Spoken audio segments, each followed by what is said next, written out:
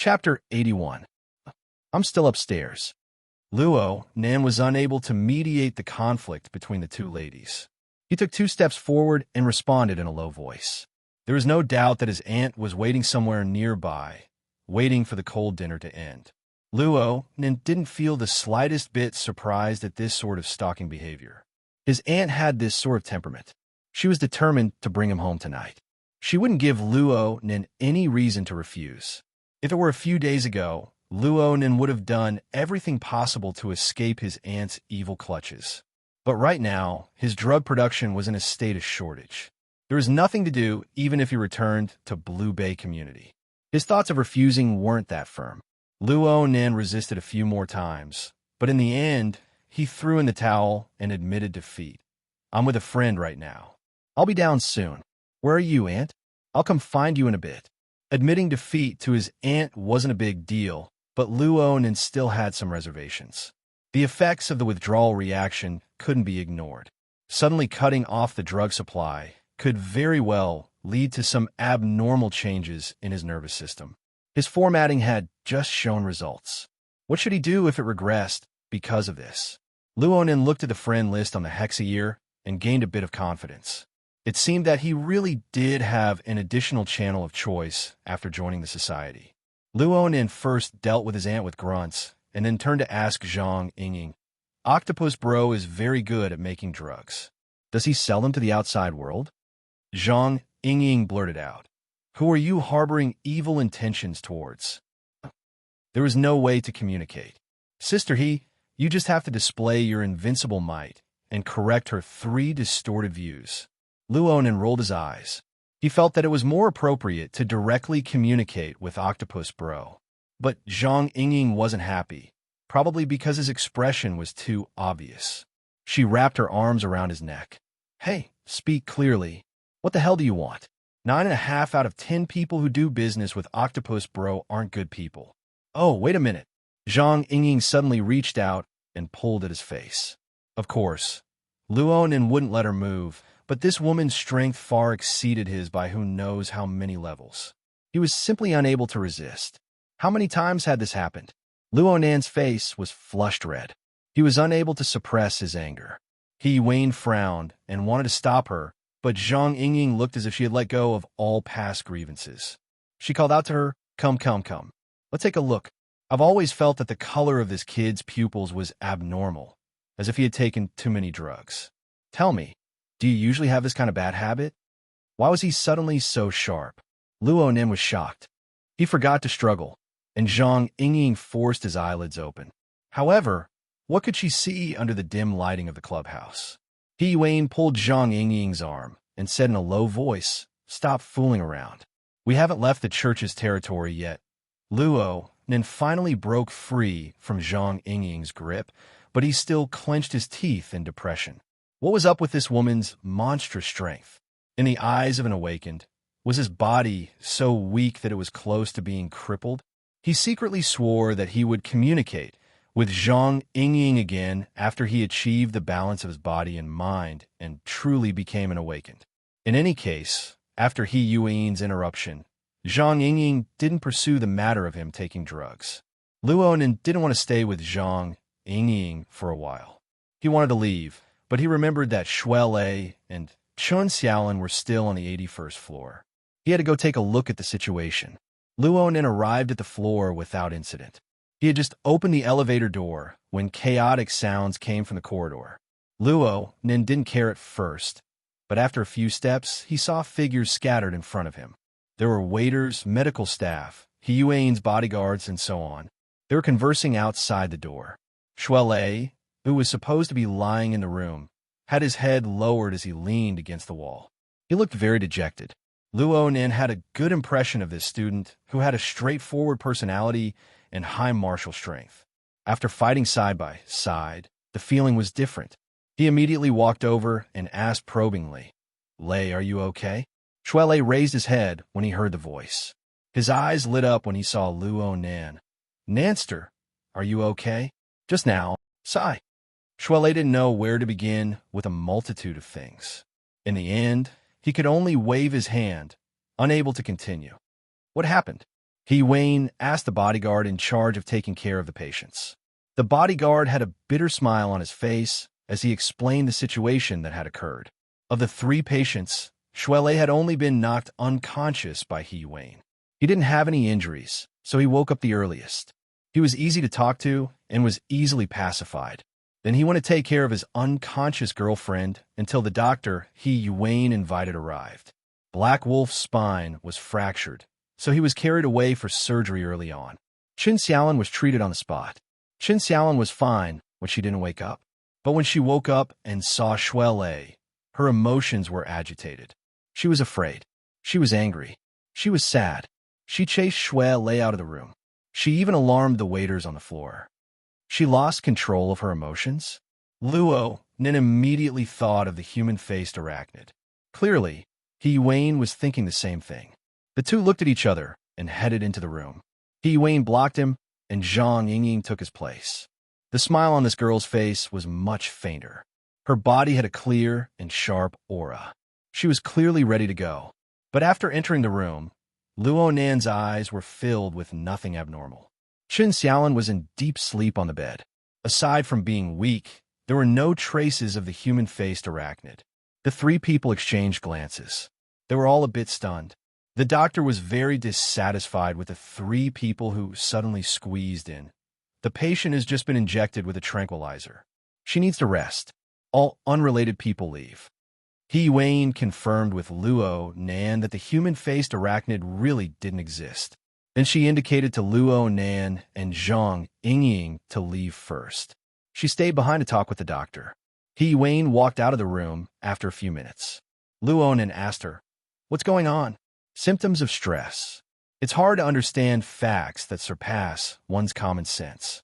Refusal to come into contact with facts, severe rejection, or selective forgetfulness. The members of the society often encounter these kinds of things. Zhang Yingying shrugged. I've long since suggested that the scope of common sense of ordinary people should be expanded in time to let them get used to accepting the existence of ability users. Humph humph. Mutants, those unscientific things, have been wreaking havoc for decades. Many people are still burying their heads in the sand. Luo Nin understood. So it turned out that Chin Xiaolin was unable to accept the sudden life and death battle between Shuele and the Black Wolf. Then there was the human-faced arachnid, and even the influence of Luo Nan's hypnosis technique. He Wayne suggested, "It's better to let your friend go home first. He'll only make the patient more nervous if he stays by her side." Zhang Yingying shot a glance at the still dejected Shuele. "This friend of yours is quite the material. His foundation is much better than yours. His adaptability is also quite strong. He should be the disciple of some martial arts master."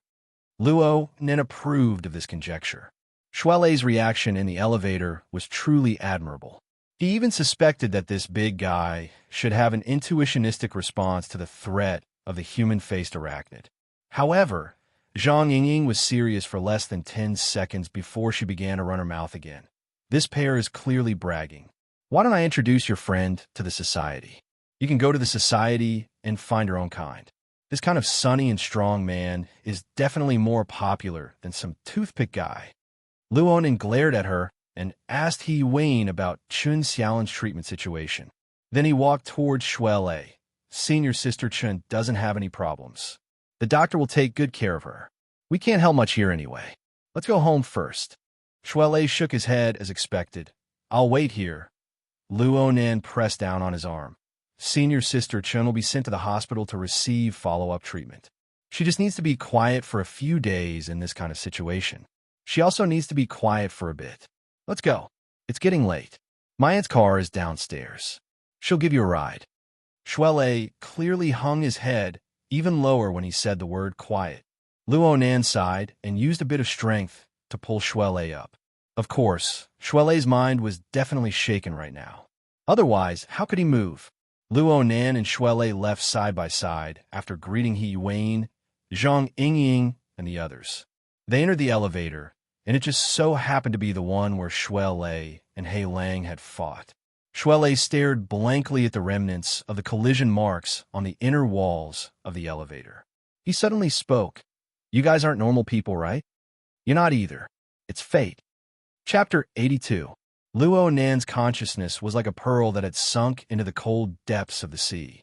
It was like a lonely star that hung in the dark void. Sometimes it sank into darkness, and sometimes it shone brightly. In the end, pure light and darkness determined their respective domains. All sorts of silhouettes and lines began to appear at the boundary between light and darkness. Pillows, bedside cabinets, table lamps, desk. From near to far, layer after layer expanded outwards. The simple concept and the familiar way of combining them formed a clearer meaning. Luo then made a judgment. He was in his own room, but he wasn't in the apartment in Blue Bay Community. Instead, he was on the east side of the second floor of his aunt's house. He had lived there for 5 years. Even more thoughts poured into his mind. Gear, human-faced arachnid, explores society. He Wayne, Zhang Yingying, Xie Junping, all sorts of images and clues interweaved to form a complete chain of cognition. Luonan finally found the node before he lost consciousness. The operation at Limestone Water Village pub had stopped. He sent Shuele home, and he seemed to have fallen asleep in his aunt's car. Then what time was it?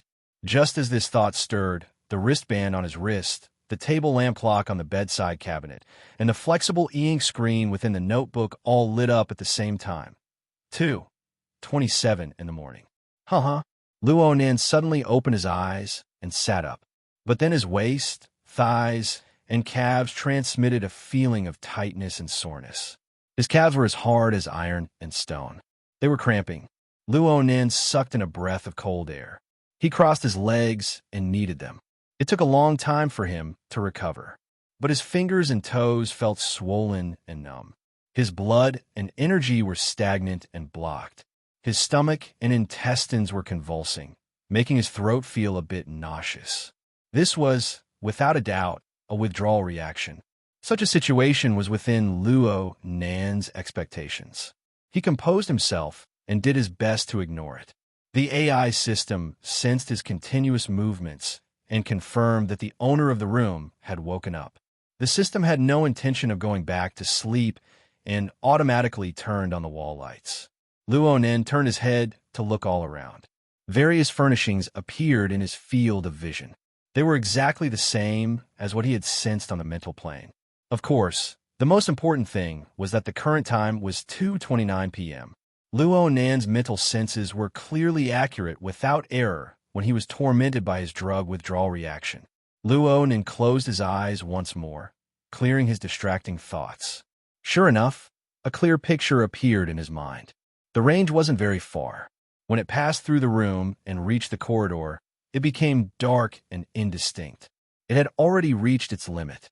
Calculating, it was about a 5-meter radius. Compared to Cat Eye's long-range perception, it was nothing at all. But must be known that Luo Nan could only use the heavily chained crow or use the out-of-body state in order to accomplish this. But now it was natural. It seemed like his body and spirit were also constantly adapting to this ability, integrating it into the most natural level. All right, he was no longer an ordinary person anymore. Luo Nan was just about to test out his new ability when a bloated figure tiptoed through the hallway at this time, entering the range of his senses. Luo Nan shook his head. He resisted the uncomfortable feeling of soreness throughout his body, got off the bed, walked to the door, and opened it. The person passing by his door was so startled that her hair was about to float up. But soon, she was able to clearly see who it was under the light of Luo Nan's room. She handed over the enormous suitcase in her hands without the slightest trace of politeness. Help. Just by looking at the size of the suitcase, Luo Nan felt that his next cramp wasn't too far away. But he didn't say anything. He silently received the suitcase, and then, under the guidance of the figure, he moved the suitcase downstairs as quietly as possible. Emoya got rid of the biggest burden and only carried a guitar case. She recovered her usual free and easy handsomeness. She lightly brushed away the messy hair on her forehead and didn't forget to issue orders. Be gentle. Don't turn on the lights when you're downstairs. They moved the suitcase to the living room with great difficulty and refused the AI housekeeper's suggestion to turn on the lights. The two cousins sat on the sofa, panting. Emoya was Luo Nan's older cousin. She had an explosive figure, but she was used to wearing gender-neutral clothing. She was fortunate enough to inherit her father's handsome appearance. She wasn't like her mother, who had an average appearance. She had undergone a genetic mutation, growing to a height of 1.8 meters. She was currently the tallest person in the family. Right now, she was dressed in cowboy attire. Her legs were crossed, but her top leg was crossed over her knee, forming a smooth and proper large triangle. Her skin-tight jeans wrapped around her, revealing the fine and powerful lines of her body. It was enough to make over 70% of the girls scream and call her handsomest. They would fall to the ground, crying from jealousy. Luonin really was paralyzed on the sofa. Even moving a finger made him feel tired. "I've returned the favor," and Moya frowned as she looked at him. "You're too weak. You didn't just rely on eating pills to survive this month, right?" "How could that be? The amount of food I eat in a day is more like what you eat in a month." "Then you slept for an entire day. How are you still this week?" "I slept at around 10 o'clock yesterday." "Yesterday?" "It was the night before yesterday, okay? You slept like a dead pig in the car. It was me and Mo Pong who painstakingly carried you upstairs. Then I never saw you wake up again. Your biological mother even called a doctor." Luo Nan raised his hand to look at the date displayed on his wristband. September 30th. He was speechless for a time. Luo Nan reckoned that it was due to his drug withdrawal reaction and the fact that he had been working day and night for the past 2 days. He didn't want to be entangled with this problem.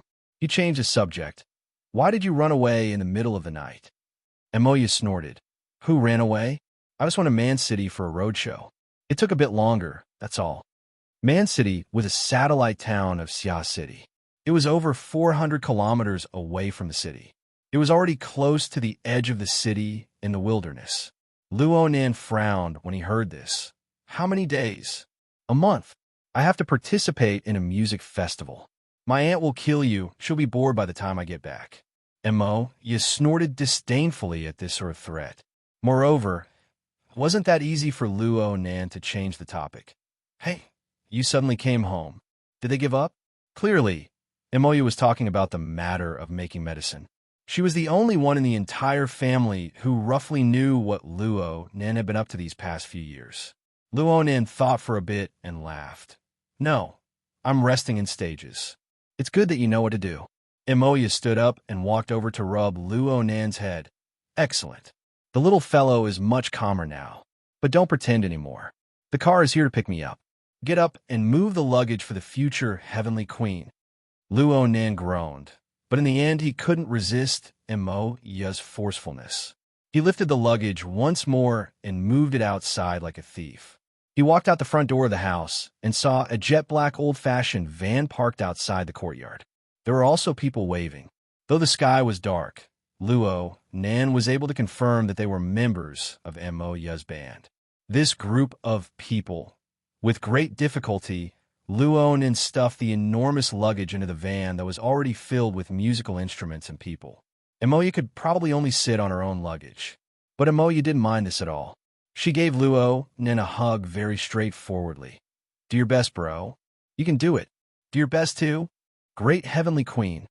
The old-fashioned van's lights turned on, and it gradually drove out of the community. Luo Nan sent Moya off with his gaze, continuing to work hard for her dream. Chapter 83. Luo Nan had become a porter. His back was sore and his limbs were weak. His cramped calf showed signs of relapse. Under these circumstances, he was too lazy to even go up to the second floor. He walked to the living room and collapsed on the sofa. He didn't want to move at all. His body was half crippled, but his heart was inexplicably happy. He chuckled as he lay on the sofa. Luo Nan also saw himself when he saw Emoya like this. It sounded a bit painful, but to have a dream and to be on the path of pursuing it was something worth cherishing. Emoya's dream was to create a world-class band and to become the fully deserving lead singer of the Queen of Heaven. Up until now, her band had already gained a bit of fame in Xia City. They had also held 2 small-scale concerts and had begun to attract the attention of music companies. Perhaps she was still far from her ultimate goal, but when she sat in that crowded little box of goods and drove towards a music festival in Mantown, she was advancing on the road towards her dream of becoming a heavenly queen. Luo Nin had once been very envious of Emoya. They were both chasing after their dreams, but he spent 5 years of time without seeing any substantial progress. Luo Nin's dream was to let his grandfather's formatting theory defeat Yin Hong, that shameless distorter and plagiarist. He wanted it to be accepted by the world, become a prominent study, and restore the honor it deserved. This wasn't easy. Yin Hong had already fallen, but Quantum Corporation, one of the top 3 companies in the world by market value, possessed the results. They used this foundation to develop the Deep Blue platform, created the burners, and changed the entire world. This supergiant was a nearly insurmountable obstacle that lay across the road ahead. If Luo Nin wanted to break through it head-on, he would need to become the apex scholar, possess the apex academic status, and have the support of the corresponding capital power. He would need to continuously produce superior results. With his age and accumulation, was this a goal that could be achieved within a few decades? Plus, Luo Nin wasn't a gifted researcher. He had stumbled with even the most basic replication experiments in the past 5 years. His accumulation of theory was pitifully small. He used himself as a guinea pig. It looked very decisive, but so what if he succeeded? At most, he would be a large lone piece of evidence that wouldn't be recognized. At most, some organizations would be interested in him, mulling over slicing him up for research. Luo Nin knew of insurmountable obstacles, but he rarely thought about them. Thinking too much would cause him to collapse. At that time, he felt like he was wandering at the intersection of a highway. Staring at the traffic, he felt envious, but he couldn't blend in at all. Emoya and the others still had a container truck, but what he had was just a small body sculpted for medicine. He didn't even have the qualifications to go on the road. But now, the situation had taken a miraculous turn. Luo Nin's consciousness focused on his left ear. There was a small and exquisite electronic device stuck to his ear canal, the hexa-ear. This little thing from the Wilderness Explorers Association had a miraculous function, but only those with a certain level of strength could activate it. Moreover, depending on one's strength, the level of the function would be different. Luo Nin needed to activate the heavily chained crow the moment he first came into contact with it. Only then was he able to realize the functions on the computer level. But after 30 hours of sleep, his body and mind had inexplicably adapted to the relevant abilities. At this moment, he only needed to slightly concentrate his mind, and he had already triggered the function of the hexa-ear and successfully connected to the psychic wave network. The interface of his retina opened, and he entered the home page that seemed to be in the wilderness. Luo Nin wasn't unfamiliar with these kinds of changes. Back when he constructed the container format, he obtained the 2 abilities of Glutton King and Hypnotist. At first, he needed a high degree of concentration to be able to activate them. But not long after, the activation of these 2 abilities became natural. He didn't need to make any deliberate movements at all. They completely merged into his flesh and blood genes. Yes, it seemed that he had transformed his active skills into passive skills. He carried a halo with him, and he practically didn't need to consume any mana. Of course, concentration and energy were still indispensable in order to activate the deeper applications. This point was quite interesting, but it wasn't the main focus of Luo Nin's attention right now. He immediately received a notification when he logged onto the Society's homepage. Among them were messages from He Wayne and Zhang Yingying. There were also 2 emails from the Society's channels. Zhang Yingying's message looked like it was purely to chat with him. She stopped after discovering that he hadn't come online all this time. He Wayne told him to reply as soon as he got online. She reminded him to receive the briefing from the Society's channels. Inside was an evaluation of the operation at the Limestone Water Village pub on the night of the 28th. Luo Nin looked at the time. It was the middle of the night. How could he disturb someone's sweet dreams at this time? He wasn't in a hurry to contact He Wayne. Instead, he first checked the 2 emails from the Society. One of them was an official confirmation letter welcoming him into the professional society. The other was the briefing that He Wayne had brought up. He first opened the confirmation letter. There were stylized words inside. It was an expression of welcome for Luo Nand to join the Wilderness Explorer Society. The contents were probably the same for every new member of the society. The only difference was the basic personal information feedback form submitted at the time of registration. Some items required the society to confirm and adjust them. After adjusting, the form would be sent back to the new member for further confirmation. Luo Nan was disinclined to pay attention to the other items. He just stared at the ability source section. Right now it displayed System Flow. Luo Nan subconsciously shook his arm, but then he discovered that there was a special asterisk marking behind this item. When he shifted his consciousness over, a piece of information appeared. This item is currently in doubt. It is recommended that the new member contact the Society's cultivation department to undergo the relevant cultivation system evaluation and registration work. If the conditions are met, the new member can obtain the qualifications to teach. Luo then raised his eyebrows. The word in doubt made him a bit unhappy. But he had to admit that compared to the difficult circumstances of the past 5 years, the current him, I'm on my way. This was an organization that borrowed the name of the Wilderness Explorer Society. In reality, it was an ability user professional society. It was just like its core. What it valued was ability and effectiveness, just like Luo Nan's identity as a psychic and the corresponding treatment. As long as he used irrefutable facts to prove his worth, he would naturally become the core of the society's tactics. He would also easily erase the doubts of those arrogant and unruly fellows. After all, in the domain of ability users, the strong and the weak, the high and the low were all placed on the surface. They were direct and straightforward. Academics? Status? Capital? At least Luo Nan had yet to see the influence of these factors up until now. And these were the most difficult obstacles for him to overcome. In this way, he just needed to use reality to prove himself. Chapter 84. Luo Nan used the psychic wave network to search for information related to the evaluation of the cultivation system. He saw the association's definition of a cultivation system. It was a complete and operational cultivation sequence from beginner to advanced. It ensured that a certain number of ordinary people could pass through this cultivation sequence to become an awakened or even an ability user of a higher level. Luo Nan's focus was on the awakened. It seemed that the most basic condition to confirm a system was that someone could pass through the system to become an awakened. Then he was still a bit lacking, and frankly speaking, he didn't have a particularly clear train of thought on how to become an awakened. From this point of view, it was no wonder that Zhang Yingying was so disdainful of his insistence on the system-type judgment. Of course, Luo Nan didn't believe that this was a flaw in his grandfather's theory. The theory he grasped, including the related methods, were all obtained from a notebook. His grandfather had made thousands of similar notebooks throughout his life. Moreover, there were even more important research results that were stored in the Wilderness Laboratory.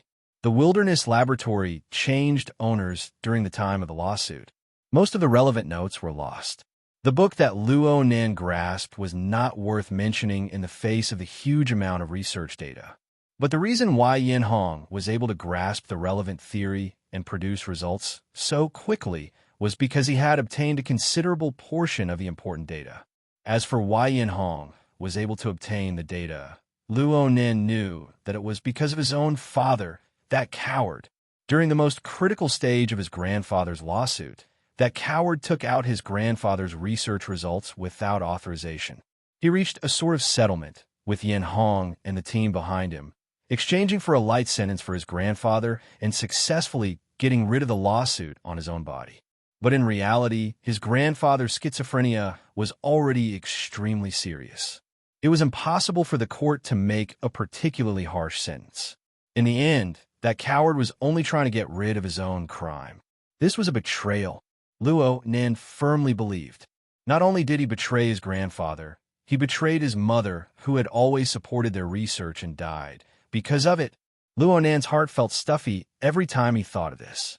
He had such a great grandfather, such a great mother, but at the same time, he was the son of a coward and a traitor. Luo and then took a deep breath. His previous good mood was completely destroyed by the sudden memories. He tried to look at some more information about the society, but he was unable to calm his mind. Seeing that it was still early, Luo then decided to go out and train. Speaking of which, it had been 2 days since he had completed a marathon. He also had to verify how much the withdrawal reaction affected his body. Luo then stood up and was just about to change his clothes when a new message suddenly came from the psychic wave network. It was a direct call. "Mr. Luo, Sister He?" Luo then looked at his watch. It was just past 3 in the morning. It seemed that He Wayne was also a person who didn't sleep much. "You didn't come online the day before. You seem to have entered a deep sleep state." "I slept for 30 hours. Luo Nim was a bit embarrassed. He Wayne said, "Psychics consume a lot of energy. Sleeping for a long time is the most common way to recover. Time isn't a problem, but whether or not one's energy is restored is the most important thing." "Yes, I'm in good spirits now. Other than withdrawal symptoms, Sister He, you wake up so early every day. Are you still awake?" "Burners only need about 2 hours of quiet rest every day. I usually choose to rest at midnight." The two of them chatted for a bit before He Wayne took the initiative to cut to the chase. "I noticed that you just received a message. Did you see the briefing?" I saw it." Luo Nan was embarrassed to say that he hadn't seen it yet. He hurriedly opened the briefing. Luckily, the contents weren't too complicated. He could see that He Yuan's writing style was always serious and straightforward. She bluntly mentioned the failure of the operation this time. She criticized the society's intelligence gathering, the cooperative tactics of the participants, and so on. She didn't hide anything because it was an official document for the society. He Wayne had already mentioned a lot of the contents during the operation on the 28th. Luo then picked the more unfamiliar contents to read. He read 10 lines at a glance and more or less understood the relevant contents. He Wayne's voice continued to transmit over. "The society has already approved of this briefing and has issued an evaluation for the participants of the operation. Mr. Luo, you're the only B-. According to the relevant provisions of the society, you will receive a certain amount of honor points." Luo then rushed to look at the society's evaluation at the very bottom of the briefing. The contents regarding him were a new member of the society. He used a keen and calm attitude to complete his debut. He made a human-faced arachnid unable to hide and displayed his role as a cornerstone. If he had been a commander and not a bait, his performance would have been even more perfect. There was a +4 symbol below the evaluation. This meant that his honor points had increased by 4 points. As for the others, He Wayne had the highest score of 3 points. She had obtained a C+ evaluation. It could be considered that she did not fail. Her merits and demerits offset each other. The rest had a string of ones. There were even zeros. The unlucky Black Wolf was one of them. The other was Black Beetle, who had left the team midway. It looked pretty good, He Wayne reminded him at this time. Honor points are very useful within the society. I hope that you can use them carefully. Sister He, do you have any suggestions? Luonan had a lot of confidence in He Yuan's abilities right now. He directly asked her for guidance. He Wayne said, "I've just entered the society. Moreover, the path of a burner is different from yours. I recommend that you understand the society a bit more before making your choice. A B evaluation and 4 points are already quite impressive for a newcomer. You must display your greatest value." Luo Nin naturally received the advice, and the B- evaluation made Luo Nin think of He Yuan's evaluation that night. She also gave Luo Nin a B evaluation on the mental plane, but she only gave him an F on the fleshly body plane. This seemed to be an important obstacle for Luo Nan to become an awakened. Luo Nan couldn't help but ask, "What should I do if I want to temper my body and achieve a balance between my mind and body? Do I become an awakened when my fleshly body and mind achieve a balance?" I'm still unable to give you too good a suggestion on this point. After all, the military's burners started with alterations. However, I've heard that the society has a training method specifically provided for members of the mentally enhanced. He Wayne was extremely patient. She answered every question. Mr. Luo needs to be clear on this concept. Since it's called awakening, the key is certainly a change in one's understanding. Whether it's training the fleshly body or cultivating the mind, they are just supplementary methods. They help the fleshly body and the mind to truly experience and sense this world. They help to better explain one's strength. The society has a sort of awakening ceremony. It has a similar function. Chapter 85. He Yuan's reply was filled with her straightforward and practical style. Too many people wouldn't like it, but Luo Nen could accept it.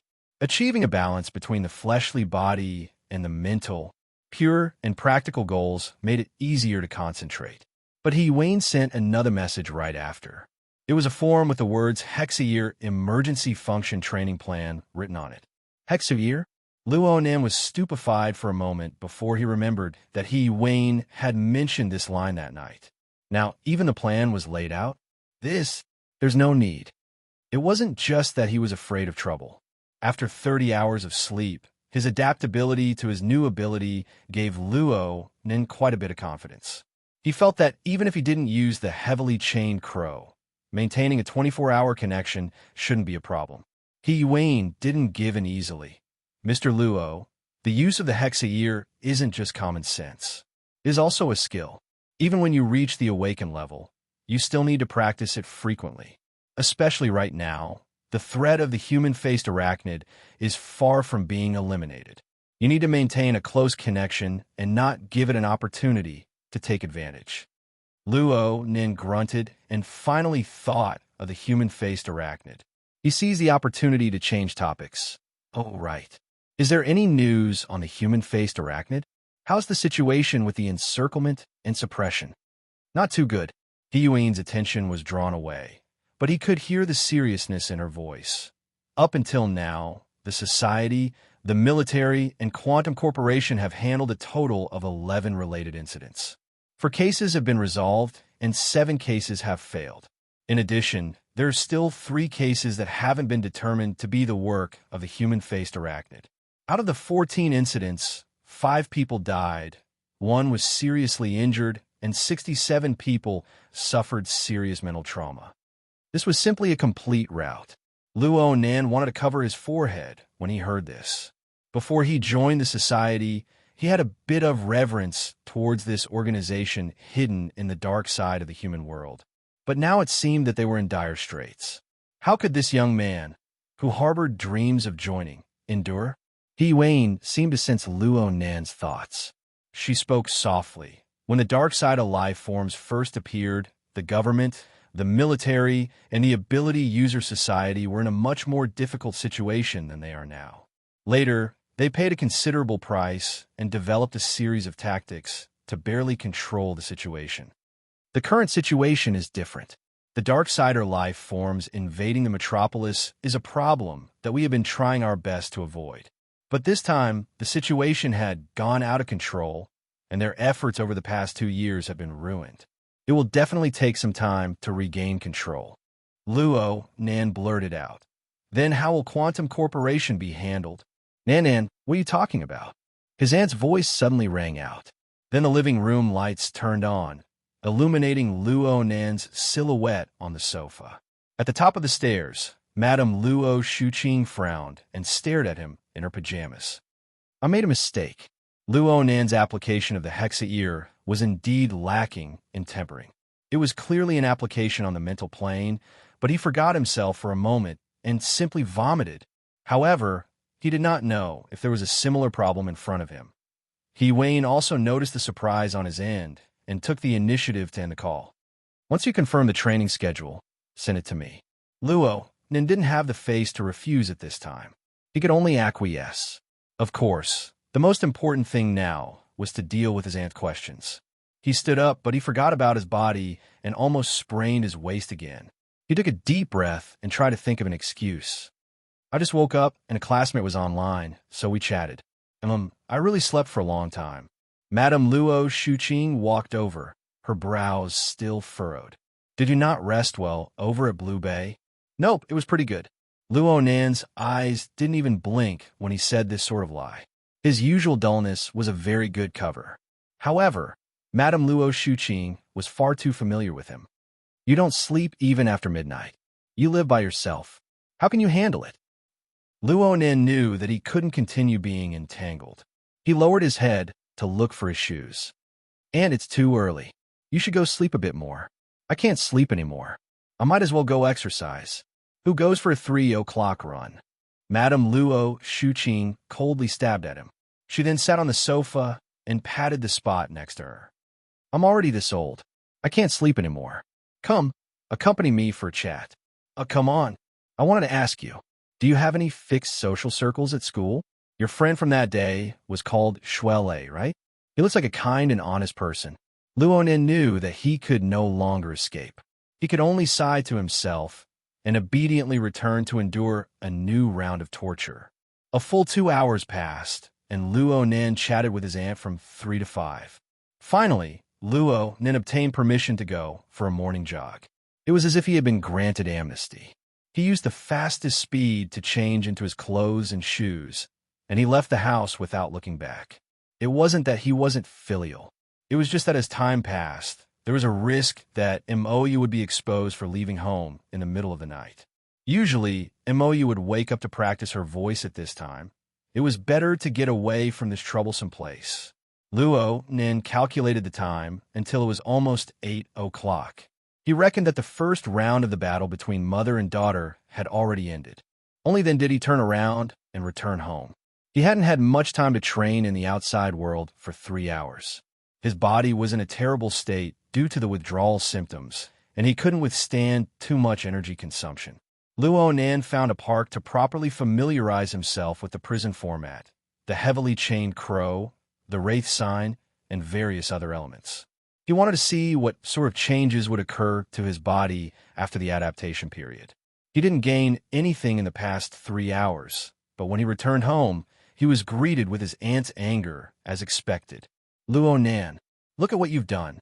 As an accomplice, it was impossible to hide this sort of thing. The AI system would faithfully provide all of the surveillance footage for his aunt to choose and appraise. Luo Nin knew that he didn't need to explain anything at this time. He just needed to lower his head and take the scolding. In any case, it would be mealtime soon. Dinner's ready. Cool down. First fill your stomach. Over at the dining room, his uncle, Mo Haihang, sat down first. He scooped a bowl of porridge and side dishes for himself. He drank it unhurriedly, tasted a few mouthfuls, and nodded. Today's millet is quite sticky. Next time, I'll buy this one, Mo Haihang. His aunt's firepower shifted in an instant. However, his uncle remained calm and collected. Since you know where she is and where she's going, how could you lose her? Just endure it for now. You can scold her when you get back. If it were anyone else, such an exaggerated statement might just be the fuse for a family war. However, his uncle was one of the few people who had the qualifications to say such things. As a senior technical member of the SCA, Mo Haihang had already worked in this authority department known as the Social Credit Administration for nearly 20 years. In this modern society where credit had completely replaced the function of currency, the SCA was the witness and administrator of all credit. It was also responsible for auditing the corresponding granting of authority. It could be said to be the hottest authority department. Chapter 86. Luo Shuqing didn't say much about her husband's stubbornness. She just sneered. Is this something that can't be thrown away? Your arrogant and willful daughter. In any case, Luo Nin was able to temporarily leave the battlefield thanks to his uncle's diversion of fire. He went upstairs to change his clothes and wash up. Who knew that there would be many things to do this morning? He had just finished showering and changed his clothes when a message came from the Hexayear. It was from an unfamiliar number. Luo Nin thought for a bit and chose to answer. He was just about to ask when the other side spoke. Fuck you. Luo Nin was stunned for a moment. Which psycho? The society had this kind of person? Then the voice on the other side clearly lost control and shouted, Go hide in that mechanical woman's crotch. I'll show you guys sooner or later. This person sounded like he was drunk. His words weren't very clear, and they were all filled with profanities. A long string of curses was spilled in less than half a minute. Luo Nin finally reacted at this time. Mechanical woman. Was this referring to He Wayne? Then it was related to the operation on the 28th. He quickly made a guess when he saw the other side's vile attitude. He looked at the avatar and sure enough, Black Beetle? Wasn't this fellow the one who couldn't take He Wayne's criticism that night and left the team halfway? He and the unlucky Black Wolf were given 0 points in the society's evaluation report. Now it seemed that this person's personality was vile enough. There really were all sorts of people in the society. Even Buddha would get angry after being showered in the face with profanities, let alone Luo Nan. He frowned and replied, "A blatant threat with an intense attitude. Can I assume that you're being controlled by the human-faced arachnid?" The other side was suddenly stifled by this accusation. Then he gritted his teeth and said, "Kid, don't think that being a psychic is amazing. Let's play slowly in the future." Luo Nan responded coldly, "I'll keep you company anytime." The two sides hung up, and Luo Nan discovered that he had spat out a mouthful of saliva due to his impulsiveness. He patted his cheeks lightly and stuck his head out from the staircase. It was very quiet downstairs. The husband and wife were still looking at each other. It seemed that his aunt's anger had yet to dissipate. He let out a breath of relief and walked down the stairs. Uncle and aunt turned their faces in unison when they saw Luo Nan come down. Uncle indicated for Luo Nan to sit down. "Come eat. The millet porridge is nice to drink while it's hot." Mo Haihang had been working in the government for many years. Although he was not tall, he had a serious expression and was usually taciturn. He did not look friendly, but in fact, at home, he was the standard cook. As long as they were at home, he would take care of all 3 meals from morning till night. It wasn't that he was henpecked or anything like that. It was just that his aunt's culinary skills had been the same for decades. He really didn't dare to compliment her. As for her 2 children, Emoya had perfectly inherited her aunt's powerful talent and unparalleled culinary skills. Although she dared to cook, no one dared to eat it. There was also Mo Peng, Luo Nan's older cousin of the same age. It wasn't even 10 o'clock on a weekend morning. How was it possible for him to get up? The family ate breakfast together, and they didn't even bother to call him. It was probably because of Emoya's extremely serious behavior of running away from home that the atmosphere at the dining table had been low for a long time. Uncle had seen this kind of situation many times, so he calmly ate his porridge and watched the news. Luo Nan wasn't in a good mood to talk, so he just kept his head down and ate. His appetite was there. Plain porridge and side dishes were certainly not enough to satisfy him. Uncle had considered this point when he cooked. Beef was paired with nutritional supplements, and he was guaranteed to eat until he was full. It was reasonable to say that this was a very normal breakfast for the Mo family, even though it had been a month since the incident. But Luo Nan felt a bit strange today. It was because his mental senses were spread out at all times. Even if he lowered his head, he could still see his aunt and uncle exchanging glances. It seemed to be a bit too frequent. Was it like this in the past? Or was his mental state too sensitive today? Seeing that he was more or less done eating, his aunt suddenly opened her mouth. "You, Luo Nan." "Aunt? Nothing going on today, right?" Nothing. Then let's go to Onhai together. Let's go see your grandfather." Luo Nan was clearly stunned. Then he responded with a resounding voice. "Okay." But he was a bit worried in the blink of an eye. "Grandpa's condition isn't good again." "No, don't make blind guesses." Aunt tapped her chin. "Go. You clean up today." Luo Nan had no objections. Onhai Medical Center was a very famous sanatorium for mental illnesses in Xia City. It was located in the outskirts of Xia City, nearly 200 kilometers away from the main city district. It was approximately an hour's drive. Every time the family went on an outing, the front passenger seat was a golden treasure trove. No one wanted to receive his aunt's advice in the rear compartment. This time Luo Nan seized the seat before the sleepy Mo Peng could. He let out a sigh of relief when he got in the car. An hour's drive could be said to be long, but it could be said to be short. From Mo Peng's perspective, it was clearly very long. But Luo Nan had a lot of things to do to pass the time. He opened his portable notebook and looked at the interface of the flexible e-ink screen. Right now, the newly appeared visualization icon was still in the download state. Over 30 hours had passed, and the progress had only reached 2%. Well, it was all thanks to this too. Otherwise, he would have thought that it was stuck. Luo Nand was unable to estimate just how much information he had dug out from the body of the human-faced arachnid. Or perhaps the external neuron's analysis speed was limited after it left the laboratory's abundant energy. Luonin looked at the battery capacity of the flexible e-ink screen. There was still around half of it left. This was already an extraordinary consumption, but it was nothing compared to the independent power station of Gear's laboratory. He could give it a try when he got to school tomorrow. Luonin opened the drawing software and directly entered the second layer interface. A 5-layer structure of students, staff, technicians, clergymen, and politicians appeared. But then he frowned.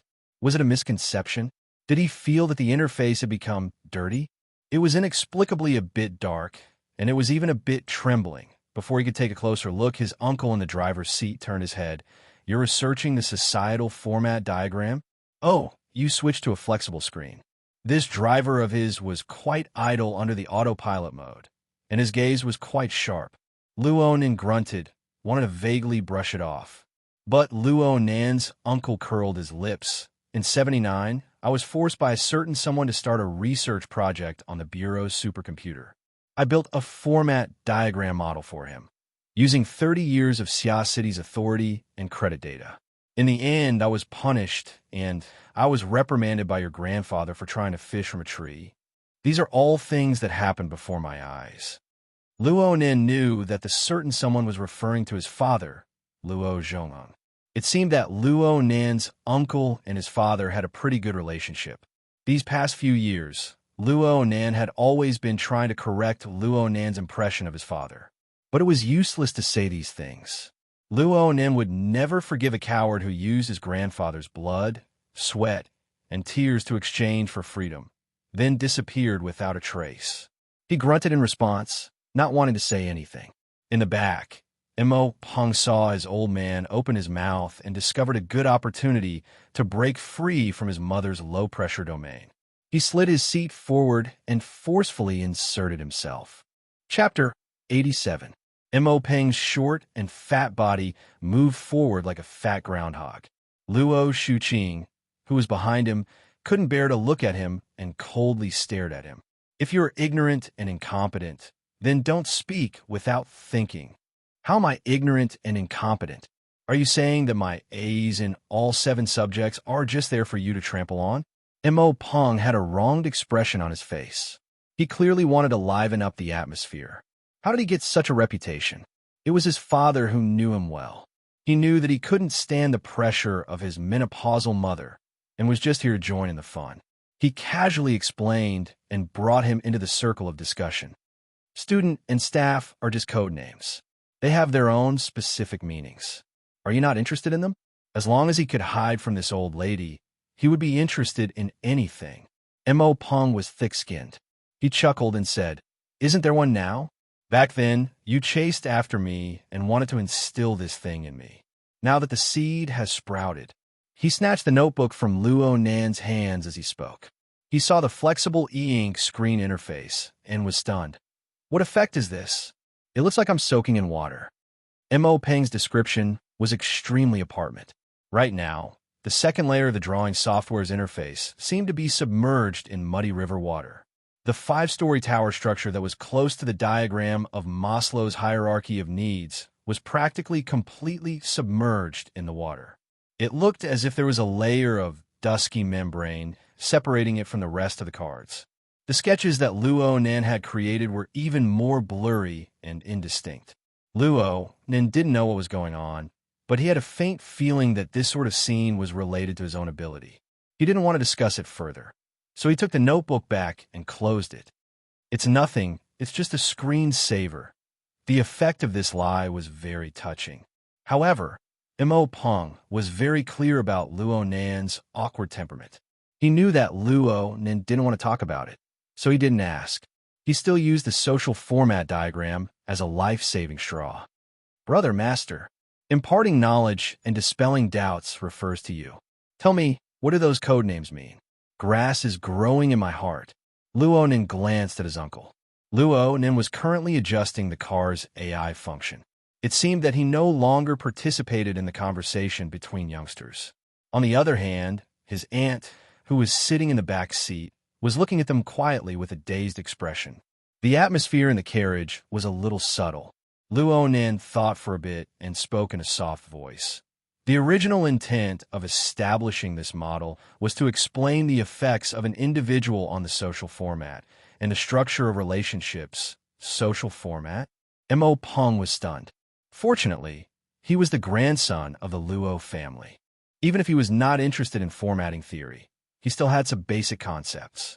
It refers to the structure of society, right? The collective composition and way of existence of human beings that affects individuals and changes nature. Luo Nin gave Mo Peng a thumbs up when he heard this. Though it wasn't that precise, it saved Luo Nin a lot of talking. Every country, tribe, region, and human collective must have their own specific social structure. Through this format, a steady stream of new social individuals would be produced. At the same time, nature would be transformed and new resources would be obtained to provide for the existence and operation of the society. Every social individual will be branded with the social format, and to a certain extent, will produce a counterforce to the social format. Students refer to learners. They can only accept the one-way indoctrination of the social format. They are not considered complete social individuals and are unable to be of any use. Employees refer to workers. They are the basic social individuals. They possess a certain ability to survive independently and maintain the basic operation of a social format. Technicians refer to promoters. Their advantage over employees lies in the fact that they can already optimize the social format and increase the efficiency of the operation of the format. Clergymen refer to the enlightened. They have a relatively complete understanding of the social format and begin to consciously utilize the power of the social format. Politicians refer to the innovators. They are the higher level enlightened. While utilizing the social format, they also carry out a conscious transformation of the format in an attempt to maximize the benefits. Mo Peng was worthy of being an excellent student with all 7 grades. He immediately spoke when he heard this. It sounds like a certain variant of the theory of hierarchy. Then the question is, what is the basis for dividing these classes and strata? Is there a unified standard? Luo Nan was silent when he heard this. He felt the gaze of his uncle from the side at this time. He raised his head, and their gazes met. He revealed a bitter smile. The standard is me. I'm a standard. Luo Yuandao picked up a rectangular block of wood in the independent ward of Anhai Sanatorium Center. He gently placed it on the wall that was half the height of a person in front of him. His fingers were trembling. The various diseases of his nervous system had pretty much destroyed his body. His originally tall stature had already collapsed. His entire body was just skin and bones. He was completely emaciated and deformed. He appeared to be incomparably weak. Luo Yuandao wasn't even 80 years old this year. In this day and age, he could be considered to have just entered old age. Some people hadn't even retired yet. However, he was already infinitely close to the end of his life. Even though he was still stubbornly standing, he was still constructing his work. Even though his fingers and arms were trembling, when the building blocks fell to their positions, they were all upright and seamless. He was able to obtain this result because he had been controlling it back and forth for nearly half an hour. He was determined not to let go until he obtained the final, perfect result. A smile appeared on his withered and dry face. It was clear that Luo Yuandao was extremely satisfied with the structure in front of him. In fact, it wasn't just in front of him. All around him were short walls made from building blocks. Luo Nan and Mo Peng could only talk to him through the short walls. The high-level nurse next to Luo Yuandao was a very patient middle-aged woman surnamed Hong. She saw that the building blocks had been placed, so she asked him softly from the other side, "Old man, this piece is done. Let's take a break." Luo Yuandao ignored her. He was in a good mood, so he wasn't stingy in answering his grandson's questions. He grinned like a gigantic, laughing skeleton. "I created the theory. Of course it uses me as the standard. It must serve me. Haven't you heard? All things are for me. My heart is the universe. I am the common lord of all things. I am the center of the universe. Mo Pong turned his head away a bit awkwardly. It was really hard for a normal person to endure this stubborn and crazy old man's logic. Right now, it was very difficult for him to endure it. His parents, who were always by his side in the past, seemed to have gone to consult about the old man's condition. They weren't here, so he didn't even dare to speak. He felt more and more uncomfortable. However, what made Mo Pong feel even more uncomfortable was that his cousin, who was standing next to him, seemed to be very engrossed. He was even a bit fanatical. Oh my God! Luo Yuandao picked up another building block and raised it in front of his eyes. He continued his lecture. I possess the principles of heaven and earth. I can bestow the roots of all things. Just like this block of wood. It can be square, but can also be round. Square and round are nothing more than external appearances.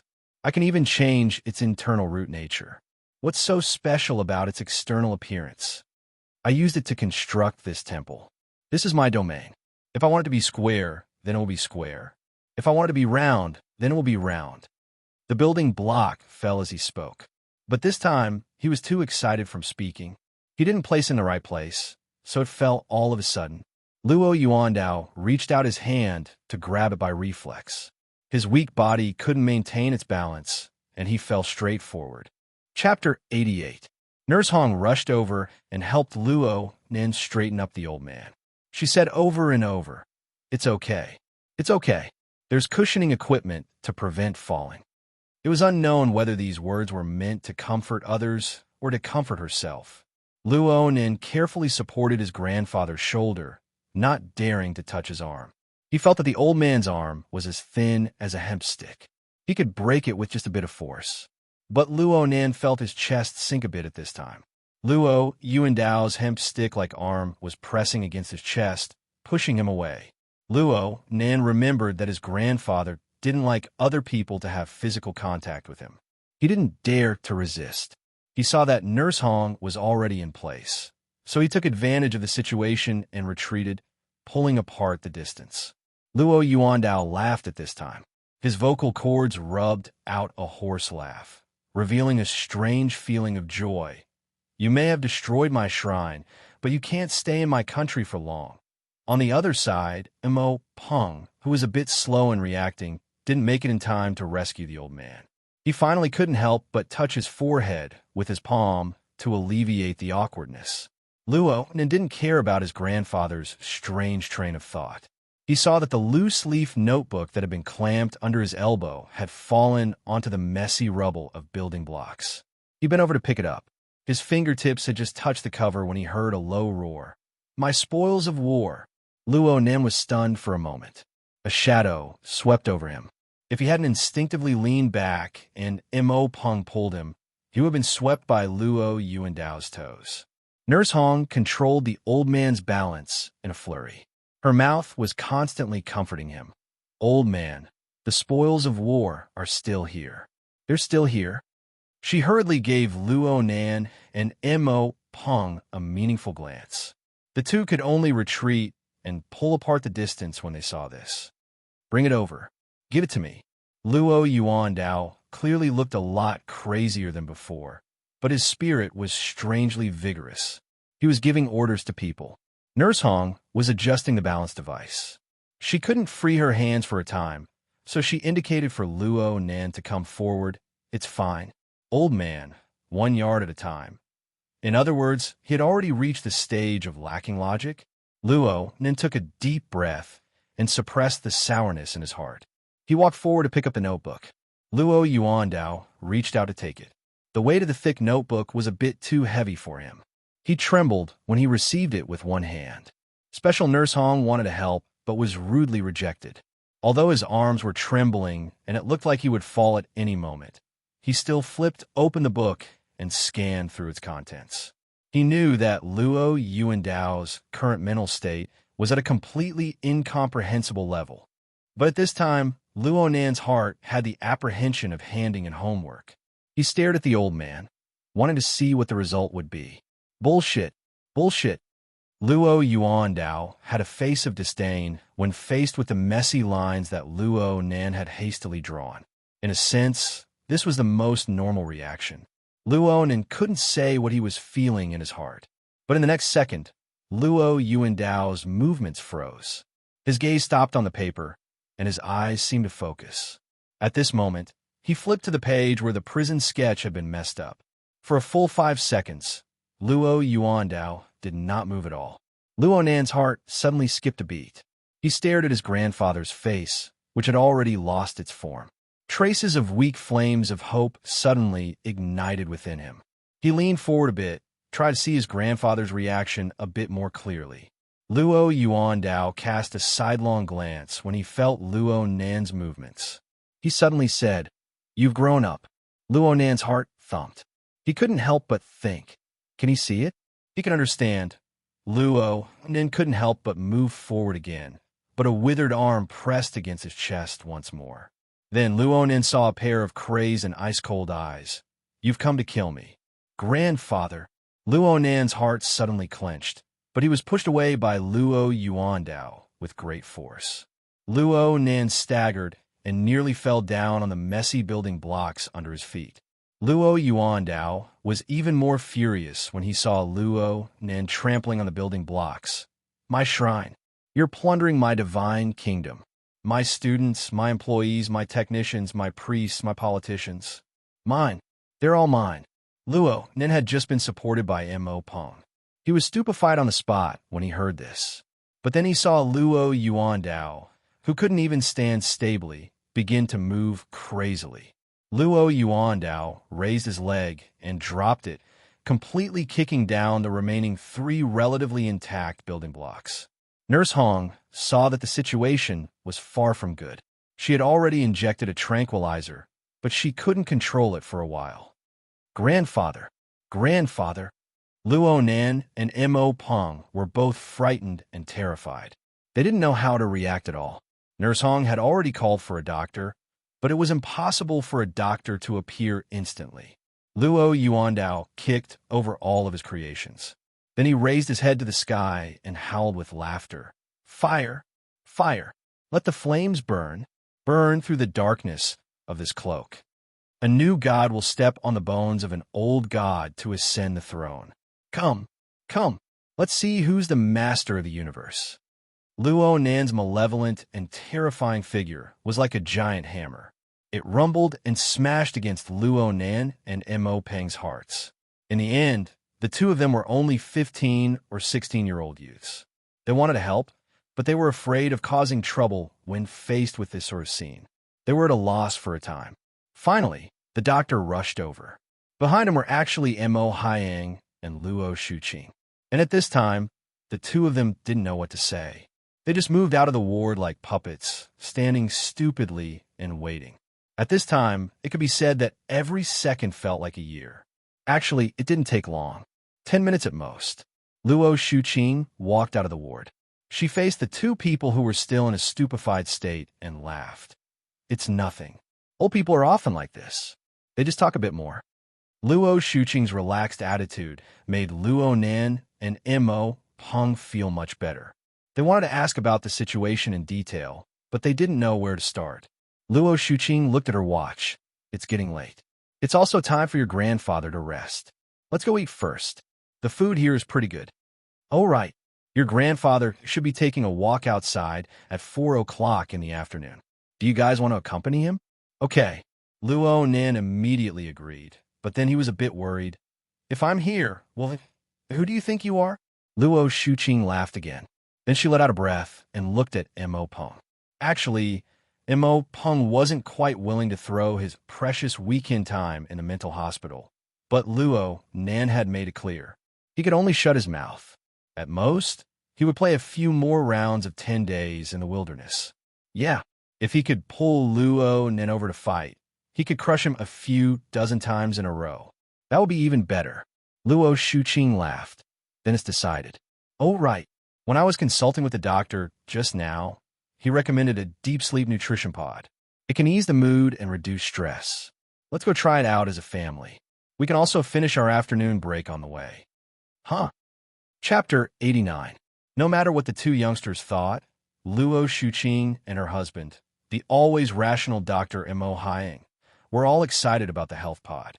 After lunch, they brought the two youngsters to a side building of the sanatorium. Though Luo Nan and Mo Peng seemed to yield on the surface, they were planning in private. They would firmly oppose if they really had to fork out the money. They couldn't let the two elders be fooled. The so-called health pod was arranged quite like that. It was an individual room layout, and each room had specialized nursing staff. It didn't look like a nap, but more like a high-standard spa. In this day and age, as long as human resources were involved, a high price could be casually called out. Mo Peng's eyes lit up when he saw the sweet smile on the young nurse's face. He had long forgotten about the fooling problem. He was practically impatient to go in and experience it. Luo Shuqing had already booked 4 rooms in a row. They each chose one and went in. Luo Nan and Mo Peng were next to each other. Luo Nan's sensing range just so happened to cover the neighboring room. He heard Mo Peng ask shyly, "Do you want to take off your clothes?" Luo Nan was too lazy to pay attention to the other side. Right now in his room, the beautiful nurse was explaining the various benefits and basic operations of the health pod to him as part of the service. Luonan treated this as an advertisement and forgot about it. He was more interested in the health pod itself. Perhaps it was due to the imprint left behind by his special birth experiences, but Luonan had a special feeling towards health pods and health pods. It wasn't a feeling of liking or loathing. It was a kind of trance from deep memories. When a health pod was placed in front of him, it was like a hypnotist setting up a suggestion. It would push him into the deep and chaotic deep memory zone.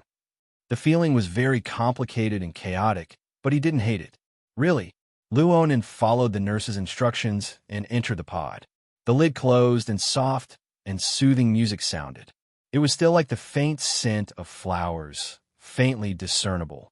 Everything proceeded according to the normal procedure. The lid made of special materials gradually turned from transparent to blurry, slowly cutting off the light from the outside world. Luonan closed his eyes, thinking that an afternoon nap like this wasn't bad. But he suddenly opened his eyes 7 or 8 seconds later. Something's wrong. The smell inside isn't right. Luonan reflexively went to press the open button inside the cabin. A muffled sound was heard at this time. Someone was lightly tapping the health pod's panel. The hatch cover turned from fuzzy to transparent once more. But Luonan reacted quickly, and the hatch cover flipped up. The person outside let out a cry, nearly having his arm pinched. Luonan suddenly sat up. On the mental plane, the heavily chained crow buzzed as if it wanted to come out. This was where his strongest power lay. However, at this moment, he came face to face with the person outside the cabin. The beautiful nurse had already disappeared. At this time, standing outside the cabin was a young doctor wearing a white coat and glasses. He looked quite elegant. If he spoke less, perhaps he would give people a better impression. Our kids nowadays, all so impatient. The young doctor rotated his arms symbolically and coughed once. He adopted a very proper and serious attitude. "Student Luonan, I am your attending doctor, Zhang Yuliang." Luonan stared coldly at him at first, but gradually the image of this young doctor, who was pretending to be serious, overlapped with a certain person in his memories. It made Luonan a bit uncertain. It wasn't until the doctor finished his self-introduction and Luonan saw the nameplate on his chest that Luonan made a probing judgment. "You are Bro Octopus?" "Cough, Zhang Yuliang." Yuliang is in Yuliang. The more the young doctor spoke, the more certain Luonan was. He let out a breath and relaxed, but he couldn't help but want to laugh. On the night of the 28th, it was this young aptitude user who was wearing a funny t-shirt with a cartoon octopus. While he was laughing and joking, he showed his exquisite ability to make hallucinogens and turn dozens of people in the room into stupid pigs with confused minds. And now, he was wearing a classic white coat and a pair of gold-rimmed glasses. It was as if he was 10 years older in an instant. At first glance, he looked like a highly educated professional doctor. But the hip-hop flavor that was carved into his bones, along with the deliberate movement of his eyebrows, broke through the false shell in the blink of an eye. Luo Nin was most familiar with this side of him. Hey, hello bro Octopus. Luo Nan was still thinking about Octopus's superb drug concoction methods. As a semi-professional, Luo Nan quite admired Octopus. In addition, an outstanding master of hallucinogens was working as a doctor in a mental sanatorium. It seemed quite fitting. I was supposed to have a leisurely weekend shift, but it was ruined by a certain someone. I don't feel good at all right now. Octopus ignored Luo Nan's good intentions. He flipped the flexible screen in his hand and found the relevant information. He spoke in cadence. Schizophrenia, severe mental illness. It occurs in 1% of the world's population. It is related to hereditary factors. People with a history of schizophrenia in their family will have a higher chance of contracting the illness by several times. The examinee's grandfather was a patient with severe schizophrenia.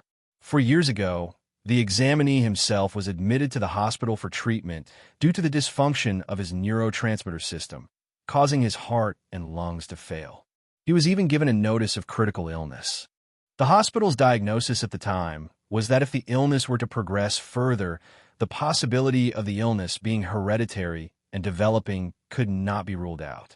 Improper electrical stimulation, drug stimulation, and sudden emotional stimulation could all lead to the illness. TSK, Mr. Psychic. I really didn't know that you were this kind of person. Luo Nin finally came to a realization at this time. Bro Octopus, my aunt, and the others. Mrs. Luo Shuqing claimed that a certain someone was talking to himself several times this morning. Moreover, he said things like, "How will XX company be handled? I'll accompany you anytime," and other such offensive and cautionary words. Moreover, these kinds of words have no obvious connection to the environment of their daily lives. So, Mrs. Luo Shuqing suspects that this is the early symptoms of schizophrenia. She's also worried about a certain someone's psychological resistance, so she used this method to do an examination. It's a pity that our sanatorium's high-end health pod was used as an anesthetic. Luo Nin didn't know what to say for a time, but he soon came to a realization. My aunt and the others definitely wouldn't have been able to think of this convoluted idea. Octopus spread his hands. Isn't it the duty of a qualified doctor to solve the problems of patients and their families? Moreover, this health pod can perform brain imaging. It's very convenient. He looked at his watch. Your family's elders are about to arrive. Are you going to explain things to them, or are you going to obediently lie down and put on a show? Luo Nin laughed bitterly. He immediately lay down and closed his eyes. A smart choice. All right, I won't violate the taboo of the society and scan your body structure. I'll just use a fake to deal with it. I'll have to trouble Bro Octopus. The lid of the pod closed up once more, isolating the outside world's light. But in reality, Luo Nin was still able to sense the outside world's environment. He was able to see his aunt and uncle push open the door and walk in. From head to toe, their expressions were filled with seriousness, caution, and worry. Chapter 90. Luo Nin maintained his absent-minded state all the way until Octopus opened the health pod. It's not easy to fool them. They're half experts in this field. Octopus took off his decorative glasses and fanned himself with the flexible screen to express his feelings of hardship. It's over for the time being. They only said that the symptoms were not obvious at the moment and did not dare to deny it completely. Otherwise, they would definitely take him to another hospital. All right, I admit that it's not safe even now. Be prepared. That's right. Luo Nin was a bit at a loss. How could he prepare for this? In the days to come, he would be treated as a schizophrenic by his aunt and uncle. Octopus saw Luo Nan's depressed mood and chuckled. Don't get tangled up. In a certain sense, they weren't wrong. From a certain perspective, every ability user has schizophrenia. Luo Nin raised his head in shock. That's not what I said. It's President Ouyang's wise opinion. Ouyang Chun. Do you know President Ouyang? Yes, the one who invented the hexayear. Yes, that's him. He was the one and only registered extraordinaire in the Xia City Society. He started with the mental enhancement, and he was the absolute authority in this field. You're also a spiritually enhanced type. You can learn from him later. Octopus clearly admired President Ouyang very much. He gave Luo Nan an introduction before saying, President Ouyang once said that as an ability user, we often need a set of logic in the normal world and another set of logic in the inner world. Moreover, every awakened should also have their own set of logic. The logic of the normal world helps you avoid making a joke out of your basic daily life. It allows you to act according to the rules of law and morals. It also teaches you simple principles of socializing and working, allowing you to become a normal human being. Luo Nan went, oh. He discovered that this definition was very similar to the social format. Of course, any sociological theory would have similar concepts. As for the inner world logic, it's the logic of a small circle of ability users. Things like revering strength, focusing on one's own strength, and using one's abilities to differentiate between superior and inferior classes. Originally, it was very simple. He just had to fool around in his own circle, like the MMA association. But the problem is that the inner world has a strong influence on the normal world. This causes the logic of the inner world to distort the logic of the real world. Well, isn't it like schizophrenia? Or should I say, the epitome of all mental illness? Luo Nan nodded. It's a bit similar. Of course they look alike. If there is a difference, it is that psychopaths cannot use their logic to affect reality. Their logic is illusory, fragile, and absurd. But we can, and our logic has become the rule that a considerable number of people must recognize. Octopus made a horizontal gesture. If we were to apply this principle to self-logic, remember, President Ouyang suggested that every awakened should have a set of self-logic. Luo Nan inexplicably sucked in a breath. He felt a certain feeling of déjà vu. It was like a gradually rising tide, flooding his chest, his nose, and his head. Octopus continued, the so-called self-logic is a set of self-consistent theories that ability users use to explain their own abilities. As long as you can form a complete logical chain from beginning to end and can actually verify it, then no matter how ridiculous it is, it's possible. Just like those madmen in the secret orders. Their actions are absurd, but it doesn't affect their strength. It's because they have an internal logic and use this logic to successfully distort the external world. We can also give an example. Your grandfather, Mr. Luo Yuandao, is that okay? Luo Nin was silent. Octopus continued to speak like this. I've seen your grandfather's symptoms. Disregarding the pathological changes in his nervous system, he is the typical manifestation of self-logic being unable to defeat external logic. If he really does possess an extremely powerful strength that can affect the entire universe, then he is correct. It is appropriate to say that he is the center of the universe, the truth of the world. But in reality, it is impossible to possess this level of strength. Therefore, us ability users cannot fall into delusions. We must abide by reality. We must ponder and revise our internal logic according to our true level of strength. This is so that our logic can be perfectly realized in the external world. Octopus was a bit tired from speaking so much in a single breath. He spread his hands and concluded. From this point of view, every ability user is a psychopath who attempts to use self-logic to distort objective reality. In addition to the dual influence of the logic of the normal world and the logic of the inner world, it is hard for us to avoid being tired. Therefore, some people want to push down the wall, allowing normal people to adapt to the existence of ability users, allowing ability users to dominate this world. There are also people who completely ignore it, don't care, and don't come into contact with it. Even more extreme are those who don't recognize the logic of the normal world. They don't treat non-ability users as people. There are also those who kill. Oh, it's quite unfortunate that you entered this enormous mental hospital at such a young age. You can only suffer a bit more. If you must make a suggestion, it would be better for you to rely on the logic of the inner world. This could be considered a type of compromise. After all, you aren't awakened yet. You have developed self-logic early on. Perhaps you really will become crazy. And if you follow the logic of the normal world, you will be far too clumsy. Therefore, participate in a few more society activities. Get to know a few more friends. Form your own circle.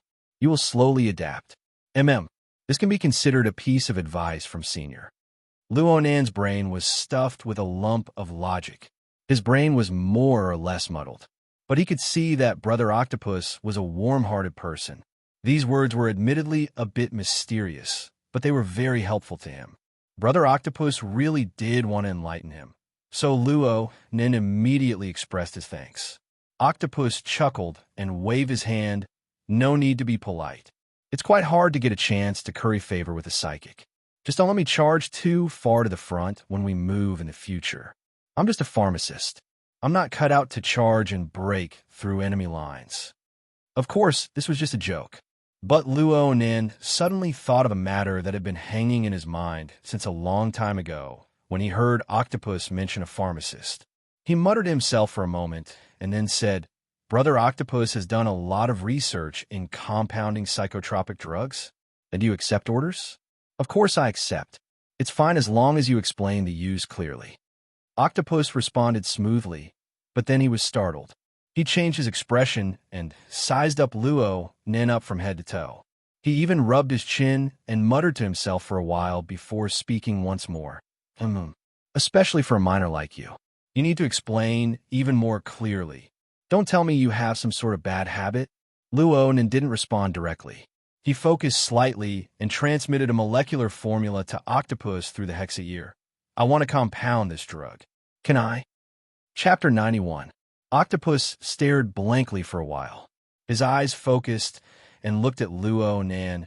Actually, if you want to kill someone, you don't need this kind of complicated structure. You just need to cut out a random portion from here. The dosage is enough, and the results will be absolutely fantastic. Luckily, Luo Nin didn't need to explain. Octopus's eyes emptied once more, and he sank back into his professional world. Luo Nin clenched his fist in secret when he saw Octopus's reaction. There's a way. At least at this moment, it wasn't just the concoction of the drug. The principles and effects of the drug were worth serious research by professionals. This was undoubtedly the best news for Luo Nin. He directly shared the molecular formula with Octopus. Didn't he want to obtain a similar result? A notification sound came from the nourishment chamber at this time. It was time for the preset nap time. Luo Nin didn't want to disturb Octopus's train of thought, but he thought that his uncle and aunt would be coming soon. He couldn't help but urge, Bro Octopus, give me a clear answer. Can you do it or not? If you can, I'll give you the dosage and everything else. Give me the ones in front. Octopus's words drifted. Huh? Octopus stared at him once more. His eyes didn't even blink. His face swelled with a layer of blood red. This definitely isn't the original version, right? Any normal person would be toyed to death with so many targeted neurons acting on them at the same time. But its goal isn't to toy with people, right? Amazing.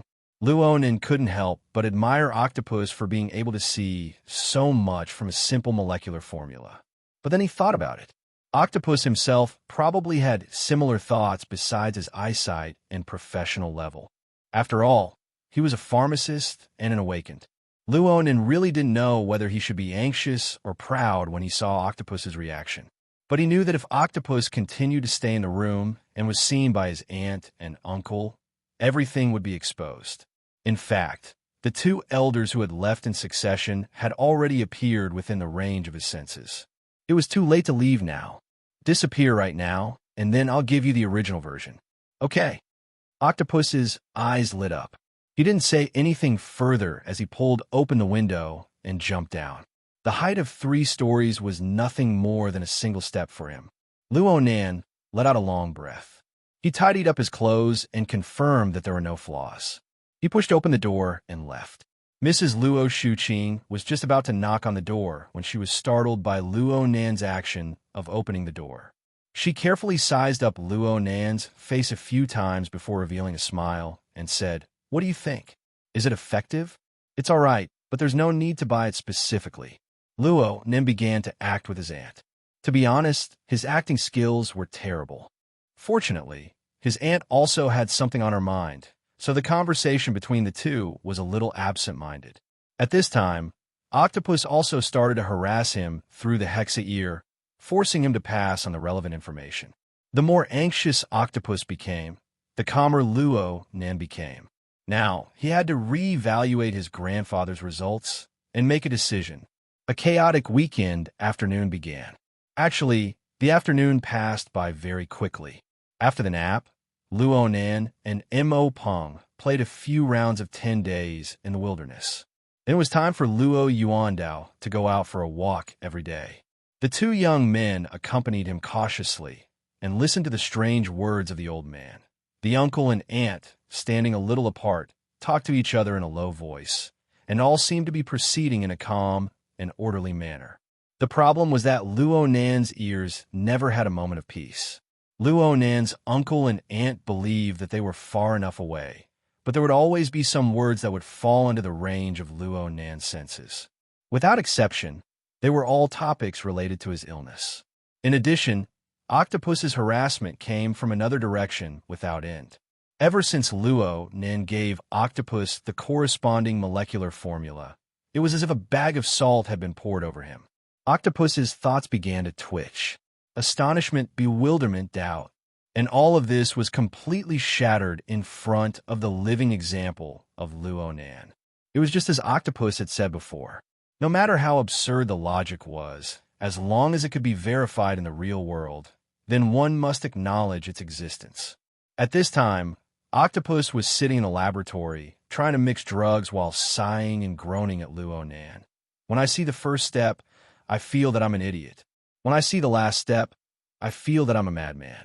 But when the first step and the last step are put together, I can fucking say, we're all trash. Give me another one. Just give me one more of the prerequisites you mentioned. I need to verify my train of thought. Don't give it to me yet. My logic is about to explode. My God, how could I have thought of this step? Neuronal structure mutation, growth and proliferation, retrogressive inhibition, and even withdrawal reactions. Everything is in place. Even if I had a brain hologram in front of me, I wouldn't be able to calculate it. This is the entire flow of time. This simply isn't the result a human should have. It doesn't matter if it was created or consumed. When Luo Nan first heard these words, he was nearly unable to suppress his excitement and pride. But slowly, these impassioned emotions melted away one by one from the weak and strange movements of his grandfather's body. What meaning did these praises have from his grandfather's perspective? Would this old man, who lived his life sealed within his logic, be able to feel a moment of joy even if he were to add all the honor and prestige he should have?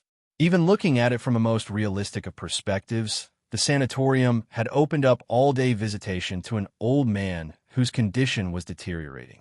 This was not good news at all. This was no different from giving up on treatment. Luo Nan gazed at the side of the old man's withered face. Every word and action of the old man this day flowed and permeated the bottom of Luo Nan's heart. An idea grew clearer and clearer from within. The sky gradually turned dark, and the all-day visitation came to an end. The family prepared to return to the city. Luo Nan asked Octopus about the drug through the hexa ear at this time. Octopus took charge of everything. The society has a specialized express delivery channel. It is absolutely safe and convenient. Starting tomorrow, I can supply a fixed quantity. Then I'll have to thank Brother Octopus. This is nothing. Compared to the value of the 2 molecular formulas, this amount is a drop in the ocean. Octopus was still in a state of eagerness. Oh, right. I want to write a paper based on the molecular formulas during this time. I want to publish it in an internal journal of the society. Can you represent your grandfather and give me the relevant authorization? Luo Nan's heart palpitated with excitement as soon as these words came out. He knew very well that he didn't have the ability to further research and explain his grandfather's theory at this stage. Then, someone who could replace him in all this and give his grandfather the reputation he deserved was one of the best choices. Octopus's level in drug compounding was outstanding. He didn't have any sinister thoughts. It was very pleasant to talk to. He was an extremely good candidate. Chapter 92. After all, Luo Nan had learned from Yen Hong's mistakes and had considered the problem of plagiarism. But the Wilderness Explorers Society wasn't the academic world after all.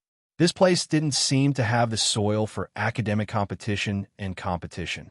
Instead, practical results were more important. Plus, the status of psychics was transcendent given the current special circumstances. As long as he stood there and displayed his usefulness, no one would be able to deprive his grandfather of his achievements. After some consideration, Luo Nan decided to trust Octopus. He simply replied, "Okay." Octopus immediately laughed heartily. "Excellent. I'll prepare the power of attorney. The society will use the same format, and there will be 2 notaries. Each of us will choose one. Who are you going to choose? Your secretary?" Luo Nan finally felt completely at ease after hearing Octopus take the initiative to talk about this. He thought of Yuan's temperament and status. She was indeed the most suitable to be a notary, and so he expressed his agreement. The family had already gotten in the car and drove out of the sanatorium. Luo Nan was still sitting in the front seat. He turned his head to look at the building that was gradually turning blood red under the setting sun. He was speechless for a time. A moment later, he transmitted to Octopus, "My grandfather is here. I'll leave him in your care." Octopus naturally patted his chest in guarantee. "Relax. I never knew there was such a great god by my side. Now I know. From now on, he is my grandfather. I will definitely take good care of him in the morning and evening." My grandfather's current state. Cough. You don't need to pay too much attention to him. Luo Nan was really worried that Octopus would get hot-headed and grab his grandfather like a treasure to interrogate him. I understand. It's not good to disturb the old man in his current state. Then can you hurry up and let me see the old man's notes? Octopus was in a highly excited state right now. His thoughts jumped extremely fast. "Oh, right. I just heard you say that a portion of the old man's notes were lost. That's easy. We can jointly issue a mission later.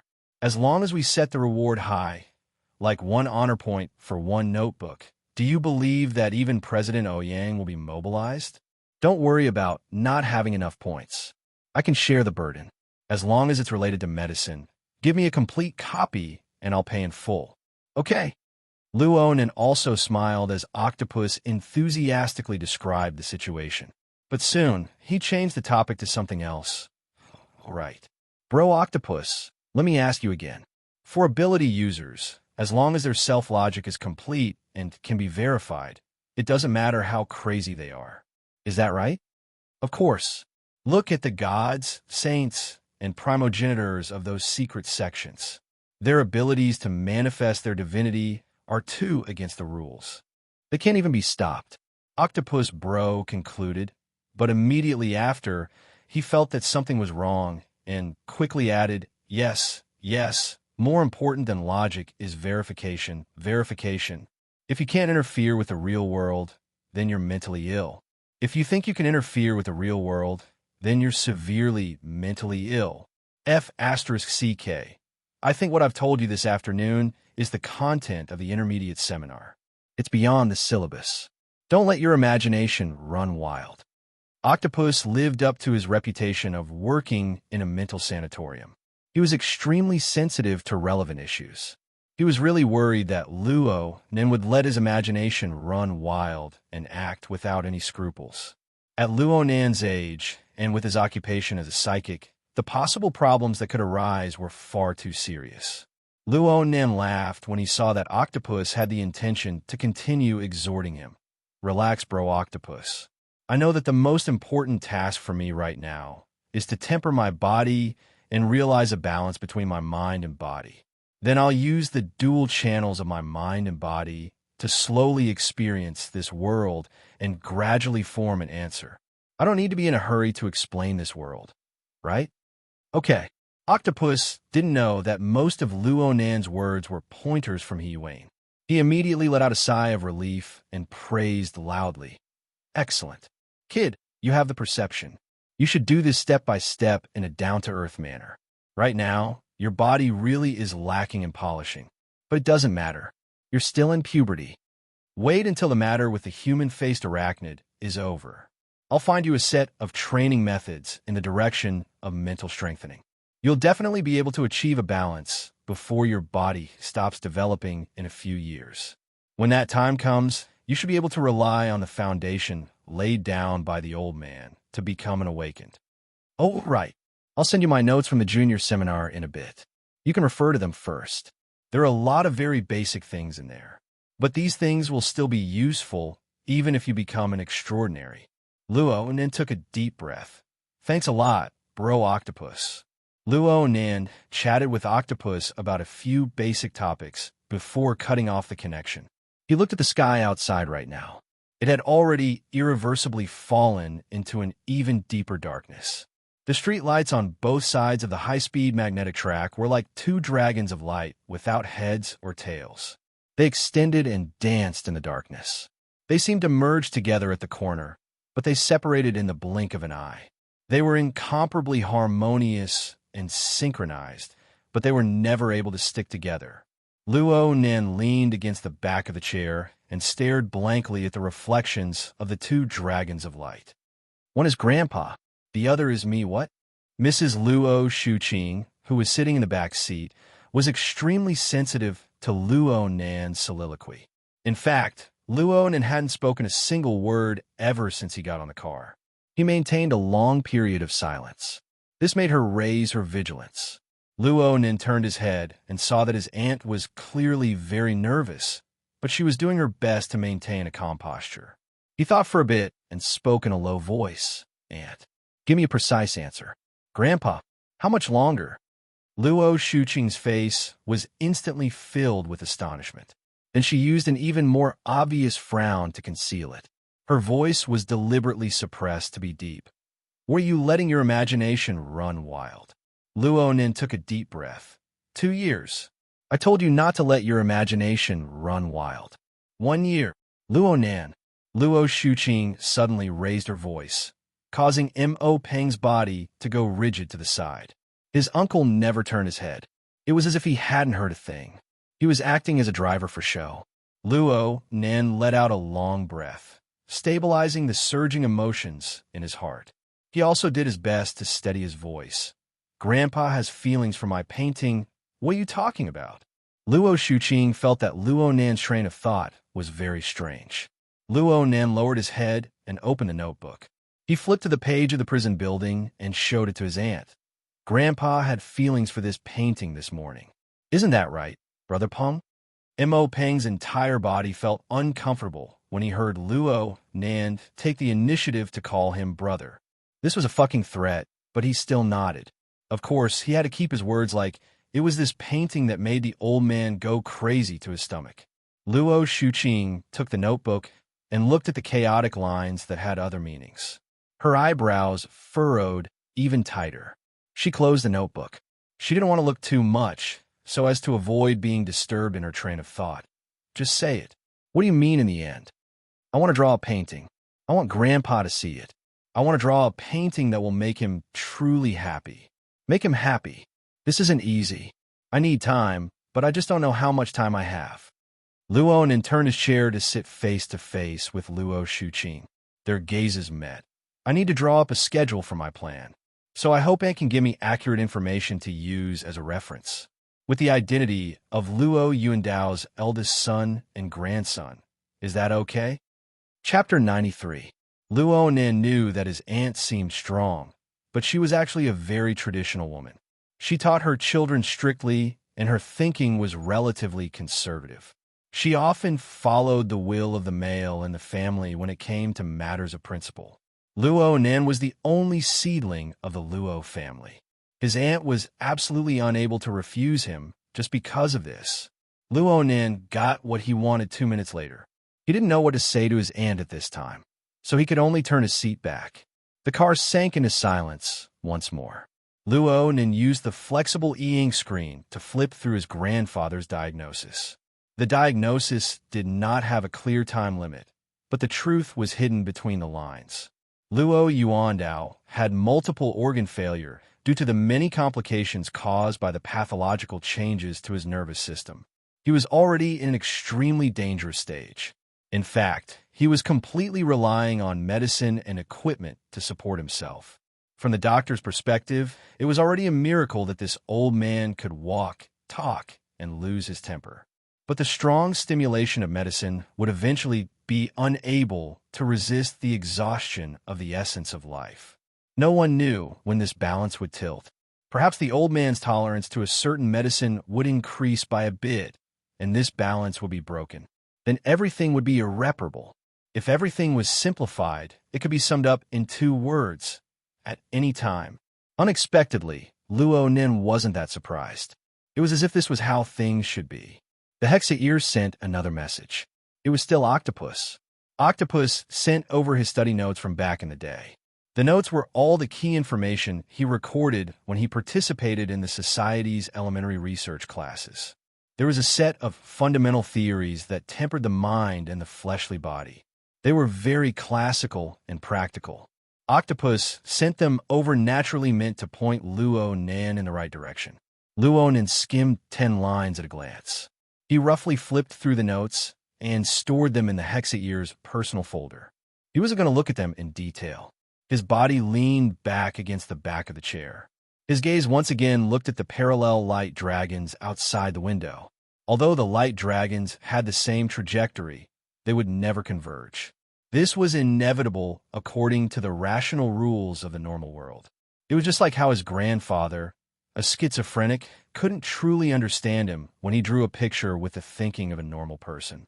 Luo Nan spent a lot of time trying to use normal people's logic to interpret his grandfather's theories over the past 5 years. He explained it to normal people and even convinced them. But now he understood. His grandfather's logic completely broke away from the dimensions of normal people. What did the honor and justice of the world have to do with him? What his grandfather needed, or at least what Luo Nan believed he needed, was a clear, straightforward, and correct communication. That was the beginning of everything. The first was logic. Luo Yuandao's logic was classical. His formatting theory was a form similar to primitive philosophy. He advocated the nesting of self-format, social format, and heaven and earth format. This kind of nesting was not from the outside to the inside, from a material to the spirit. It was from the inside to the outside, from the self to the entire universe. Apart from the founder, few people would like this theory, because it pushed all existences other than me into the whirlpool created by me and turned them into my slaves. Even Luo Nan, who listened and obeyed his grandfather's every word regarding the self-format, interpreted the societal format as a 5-level structure of student, employee, technician, clergyman, and politician. Intentionally or unintentionally, Luo Nan understood these 5 levels of structure as relatively objective existences. The social format was viewed as a set of undiscovered formulas, an undefined model, and the collective creation of a certain human society. This was essentially no different from most of the sociological theories on the market. In fact, it was even worse. It was just as M.O. Peng, who excelled in all 7 subjects, had said, where was the standard? Luo Nan heard a clear and insane answer to this question from his grandfather's roar. Mine. All of it is mine. My student, my employee, my technician, my clergyman, my politician. Selfish and arrogant to the point of making one nauseous. Extreme to the point of making one tremble. But Luo Nan was able to find a complete and clear thread of logic from within when he eliminated these unnecessary emotions. Luo Nan flipped through the notebook, flipping to the page on the prison building. He flipped to the page on which the wraith sign was derived. These were the 2 psychic diagrams he had left on the paper. Then he flipped back. He opened the flexible e-ink screen and entered the interface of the drawing software. There should be one more here. He had drawn the 3rd psychic diagram on the night of the 28th, which was like a muddy river. However, there was no one inside. Instead, he long pressed to open the 2nd interface of the software. It really was like a muddy river had flowed through here. Then, could he understand it this way? The psychic diagram had already been added in this way. The psychic diagram was personally drawn by Luo Nan. Naturally, he knew what it symbolized. The muddy river water was the muddy flow of emotions held by the human-faced arachnid. It was formed from the convergence of the corresponding emotions of countless humans.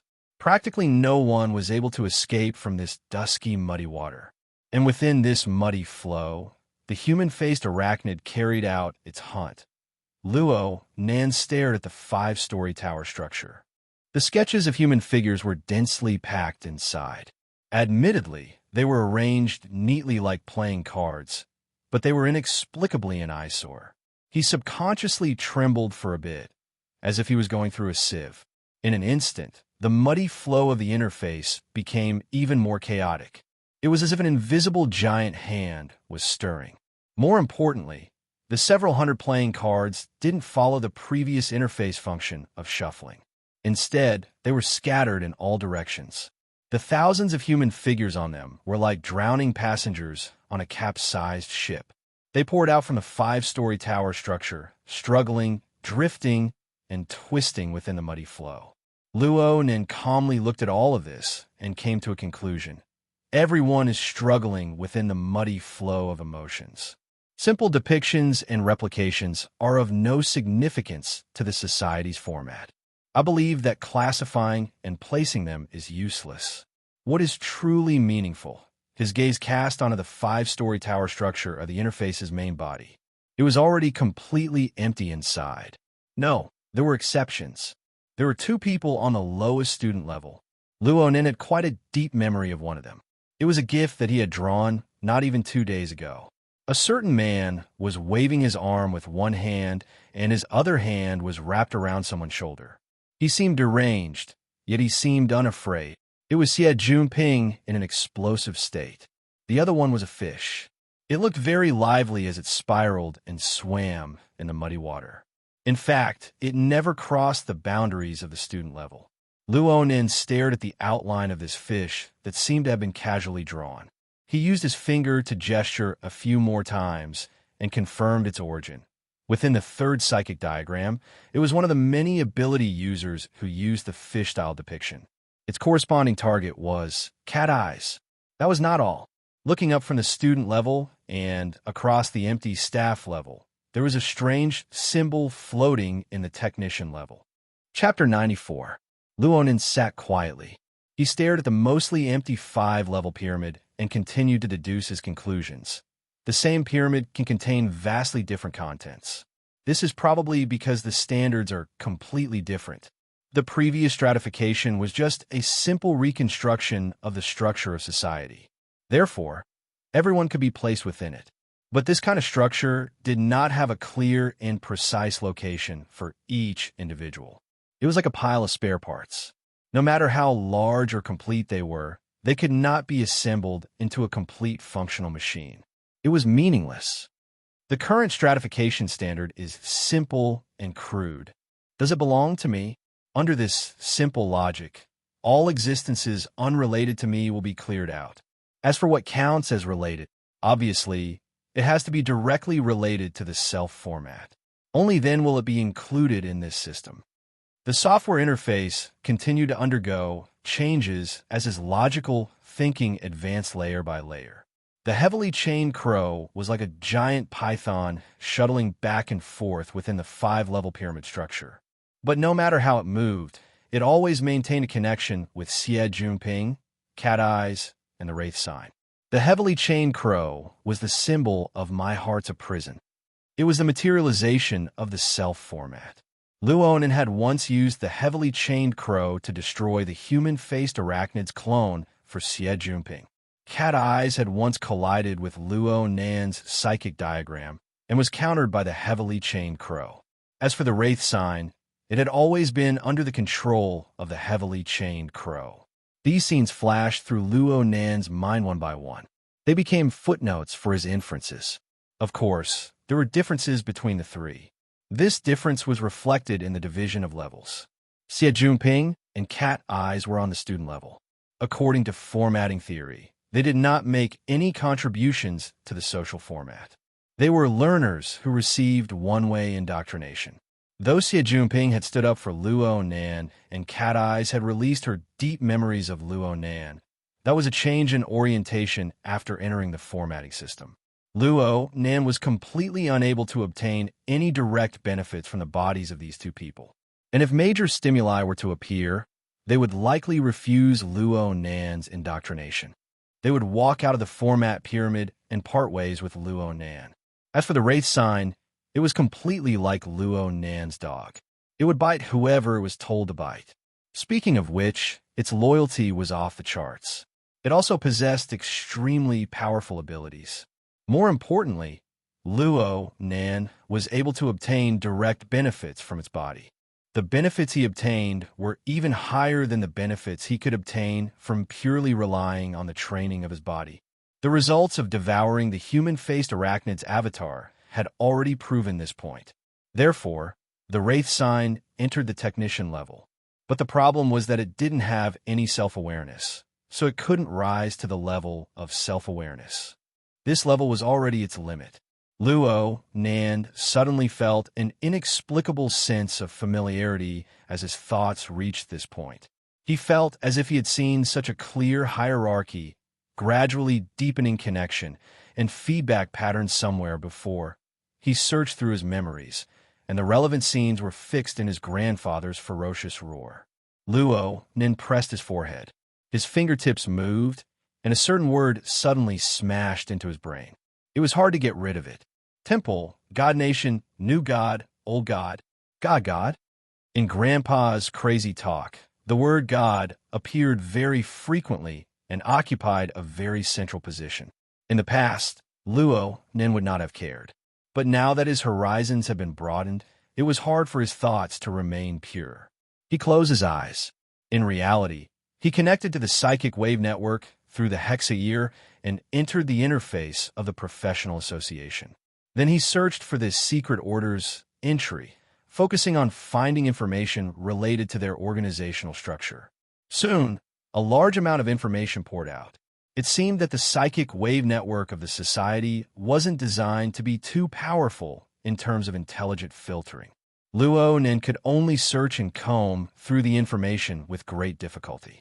This lasted until there was a paragraph that attracted his attention. The vast majority of the founders of secret orders were unavoidably influenced by the existing culture of society. They often used ancient myths, mainstream religions, and historical legends as references when they first established the basic structure of their sections. They even used novels and games as models. They painted their sects with all sorts of fantastical colors and designed strict ranks. The specific concepts are vastly different. When examining the secret orders that have existed for over 10 years, one must admit that they have, to a large extent, a convergence that makes one raise an eyebrow has appeared, especially in terms of organizational structure. The three great world secret orders seem to coincidentally divide their internal personnel into 4 ranks. Although the names are all different, the meanings within are very similar. I have unified them as shallow believer, devout believer, fanatic believer, and favored. As the names imply, the believers of these 4 ranks have different degrees of devotion toward the God, and the gifts and rewards they receive from the God are different as well.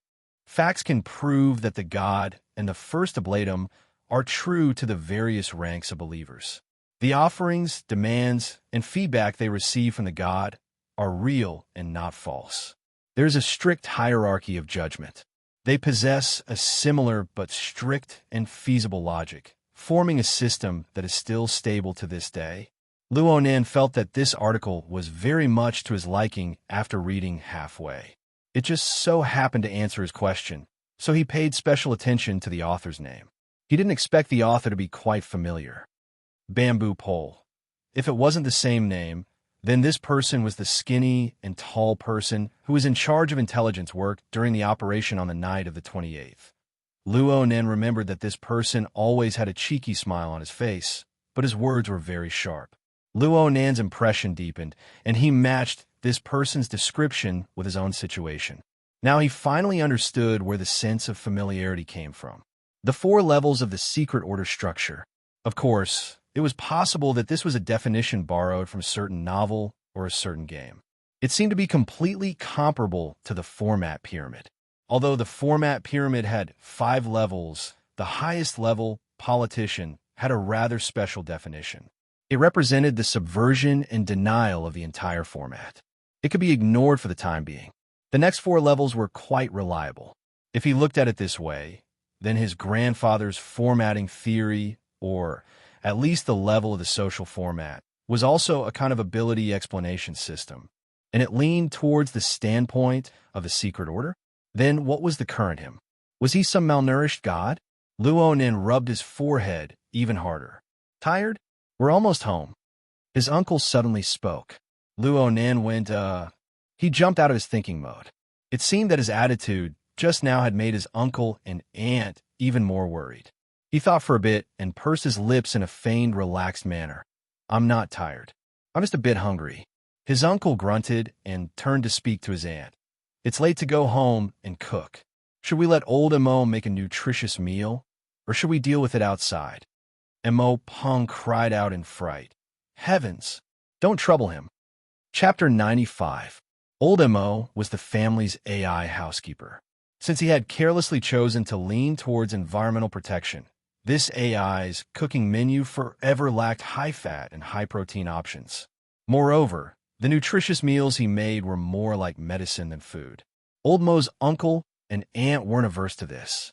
They didn't mind occasionally slacking off and tasting fresh food. But for Mo Peng, he would rather drink plain water.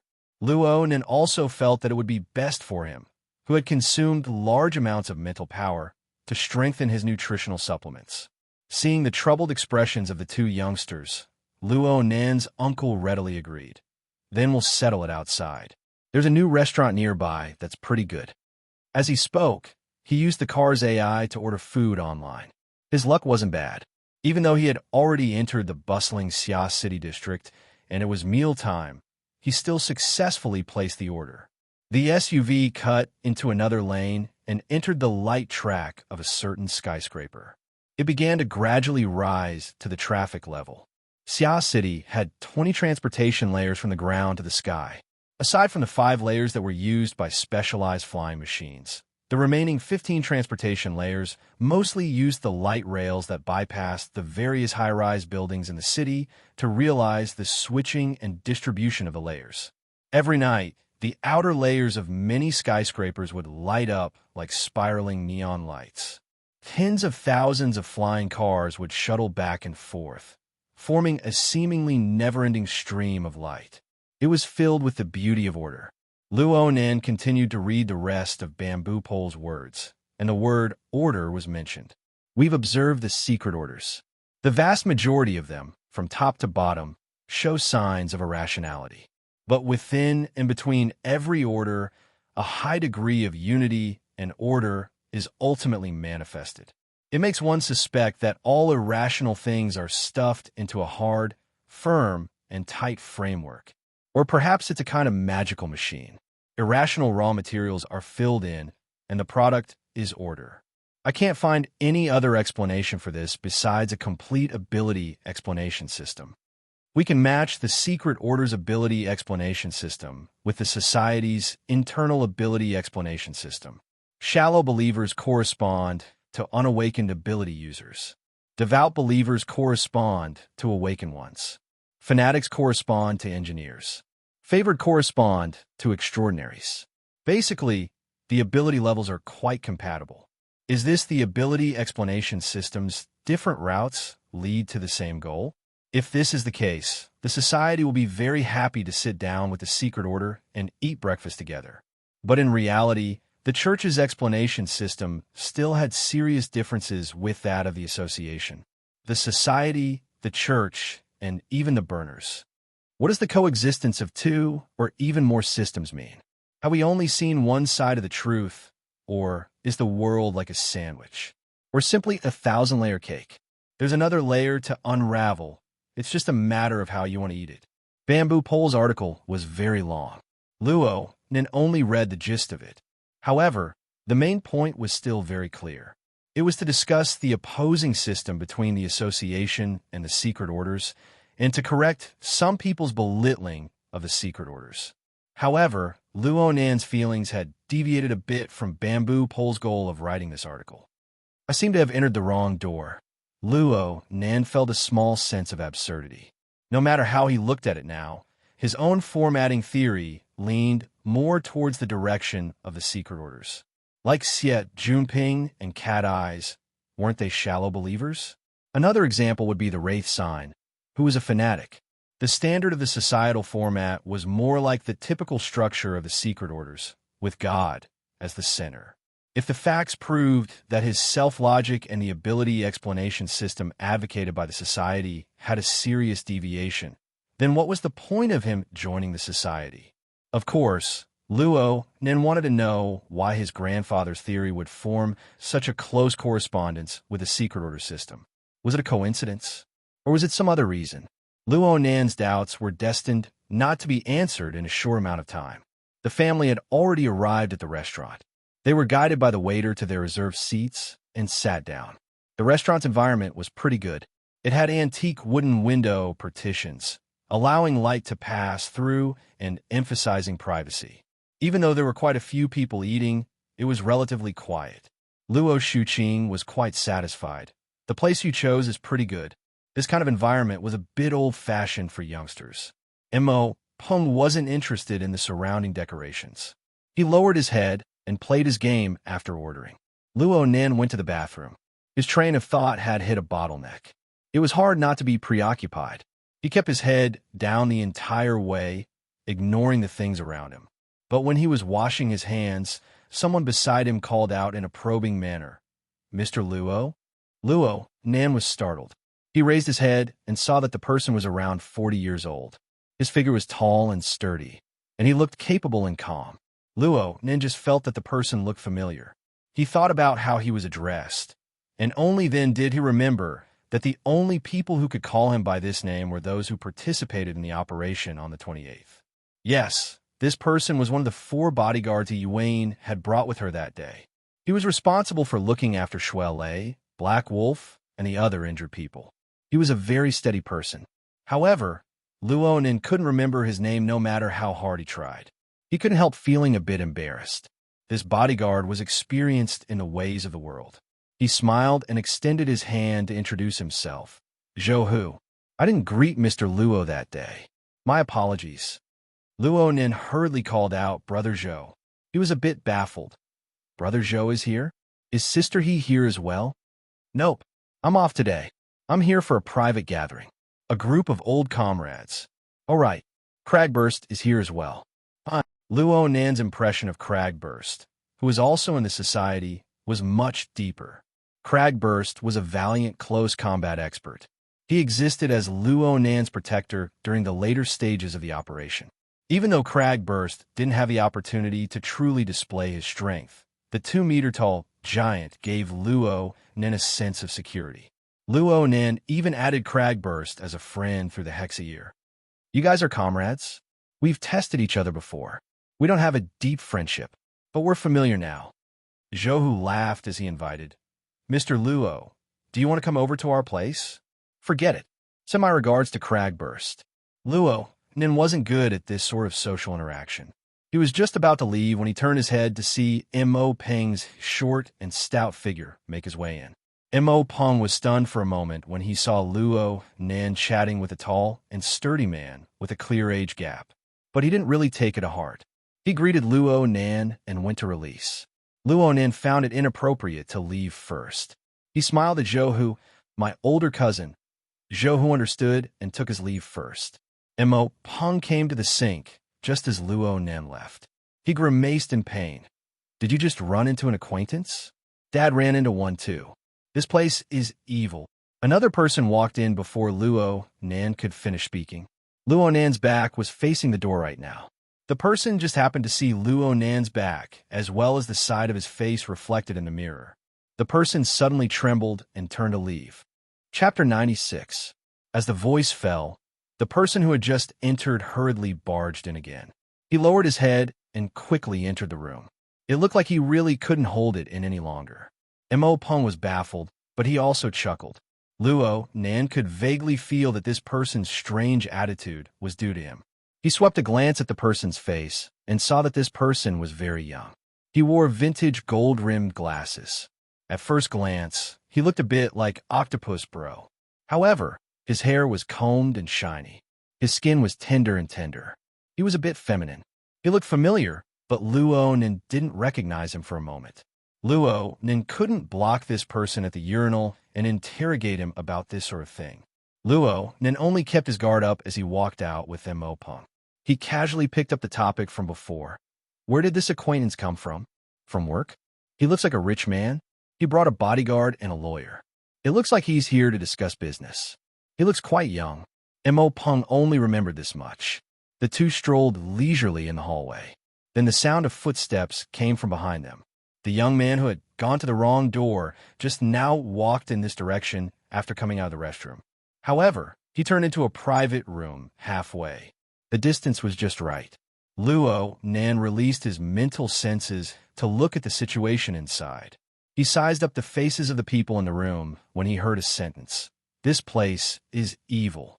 Whoever comes, that's who. Who? The one we just talked about. He nearly choked Li Xueqing to death. He even joined the order club. F*CK me. That's psychopath. Luo Nan couldn't help but touch his face. Luo Nan's advance had already exceeded the range of his senses after hearing this sentence. However, he didn't need to listen to the following words. He finally remembered that the glasses guy was one of Xie Junping's bad friends. He seemed to be called Lu Tao.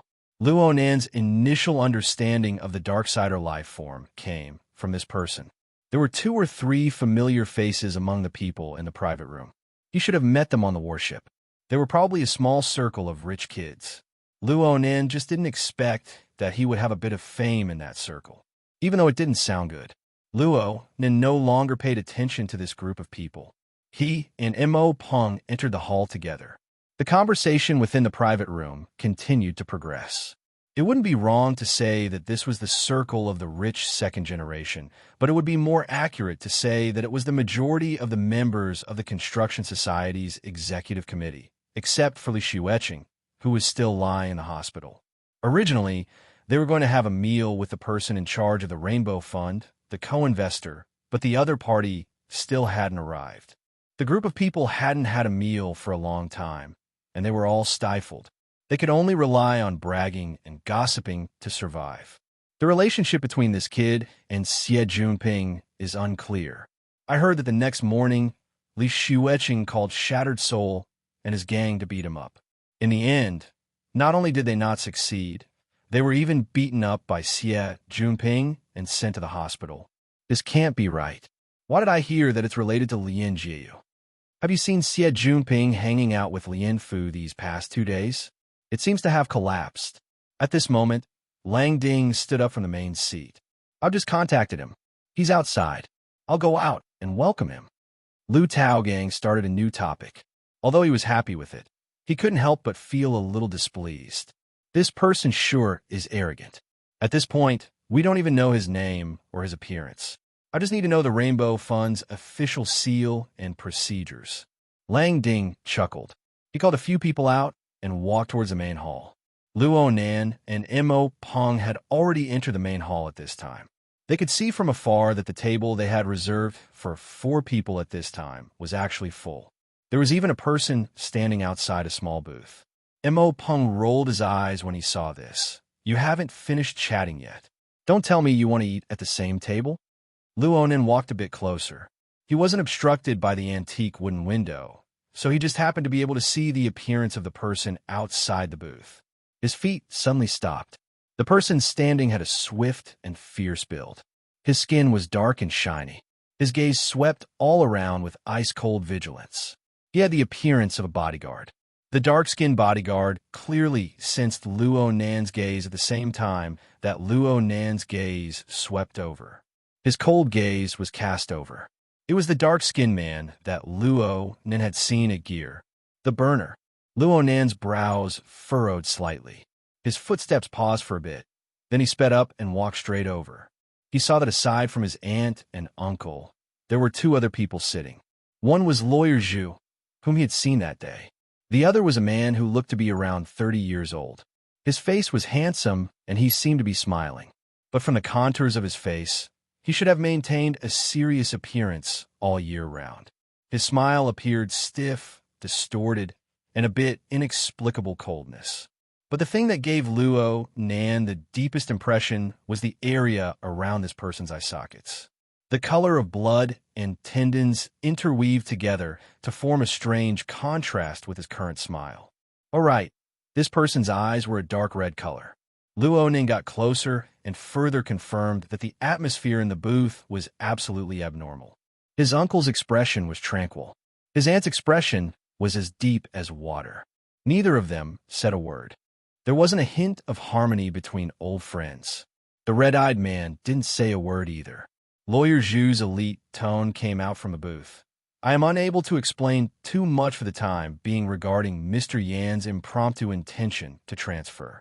However, from my professional perspective, there is a very high degree of maneuverability involved. Luo Nan and Mo Peng had already walked out of the booth at this time. The dark-faced bodyguard's gaze was fixed on Luo Nan's face from beginning to end. Luo Nan didn't do anything when faced with such a direct and cold gaze, but Mo Peng already found it a bit hard to endure. I say, there's something wrong with this atmosphere. The red-eyed man saw them return at this time and waved his hand, indicating for Lawyer Zhu to pause. His gaze turned and directly cut to Luo Nan's face. He paused for a moment and actually took the initiative to stand up, grinning. This was an even stranger smile. The center of his lips was quite wide open, but the corners of his lips were purposefully tightened, affecting the muscles of his cheeks. Not only did his eyes not narrow because of his smile, they actually widened a bit. The dark red region at the corner of his eyes slightly twitched. That bizarre distortion was indescribable. This must be Luo Nan. I remember the last time I saw you. You just came out of your mother's womb. You weren't even the size of a palm. You just rolled up and down like that. Yin Yongbua. Mrs. Luo Shuqing slammed the table with a bang. Her voice was unprecedentedly furious and shrill. The entire restaurant went silent. The customers in the surrounding area, and even further away, all turned their heads to look. The waiters hurried over, wanting to understand the situation. And this attracted the attention of Lang Ding and the others, who had just arrived at the hall and were looking all around. They didn't see anything else, but they first saw the dark-faced bodyguard who was like a door god. Hey, over there. A group of people walked over with curiosity. Lang Ding was the first to see the situation inside the booth. His gaze swept past Luo Nan and the others before finally stopping on the face of the red-eyed man. His expression changed in an instant, and he cried out involuntarily, "Teacher! Teacher Yin?" Some of the members of the construction society who followed behind him were at a loss. Some were stupefied, but the ones who recognized the face before their eyes all thought to themselves, "This sponsor, what a deep scheme." Chapter 97. I've been busy lately, so the update time is a bit messy. Please forgive me. No matter what, it had to be guaranteed that he would be able to eat twice a day. After this week, the rhythm would adjust. This chapter is the second update on the 17th. The vast majority of the Construction Society's executive committee members had stayed at Acumen College for over 10 years. 6 years ago, Yin Hong's academic scandal had shaken the entire world. There was no reason for them to forget it. What's more, wasn't the theme they were currently revolving around gear? In that academic scandal, the accident in Gear's underground laboratory was the scene that caused the world to be in an uproar. Yin Hong, facing the criticism of the entire world, deliberately created an accident, destroyed evidence, and used the crudest method to cover up his crimes. This also caused Acumen College, who was responsible for the administration, to lose face. After the incident, Yin Hong, who was condemned by everyone, disappeared without a trace. Yin Yongbua, who was a lecturer in the academy, also disappeared. Most people felt that they would never see them again. But reality slapped him hard in the face. It really is Yin Yongbua. He used to give me lessons. Lu Tao recognized Yin Yongbua and couldn't help but poke his companion beside him. Hey, he's the person in charge of the Rainbow Fund. That's a credit limit of tens of billions. And it seems that Quantum Corporation is behind it. Is Yin Hong coming back for revenge? His companion shook his head. He did not and could not answer this question.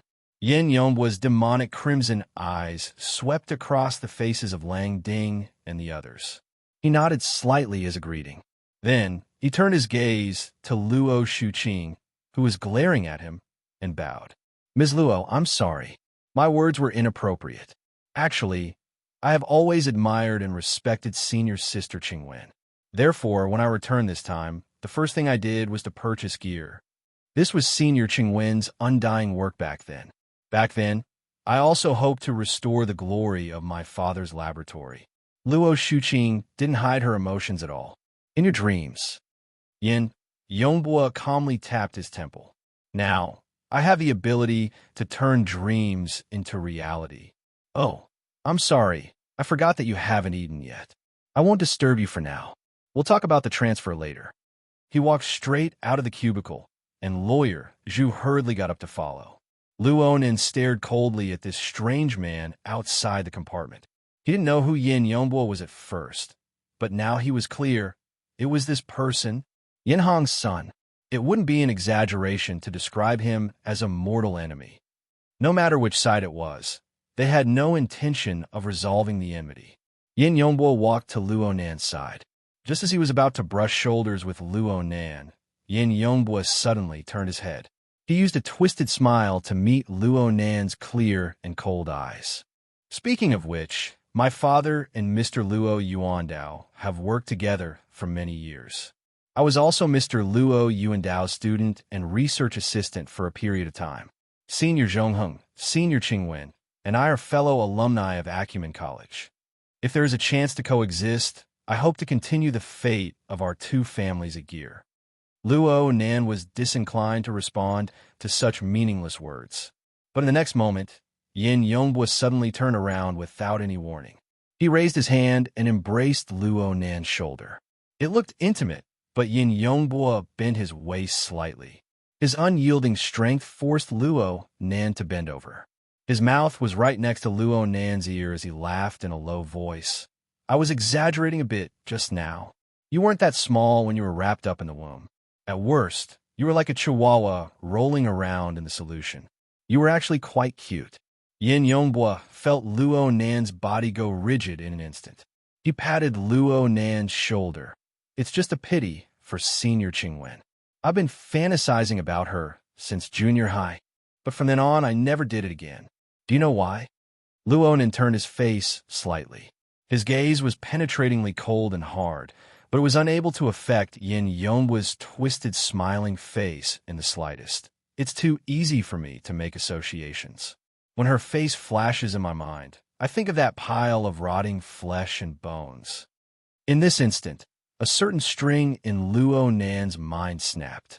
The heavily chained crow was about to pierce out of his body amidst the rattling vibrations, piercing through the head of the man before him. But a scorching firepower was transmitted from Yin Yongbua's body in advance. It penetrated through Luo Nan's neck, just like a red-hot blade. The instant brush with death caused Luo Nan's thoughts to stagnate.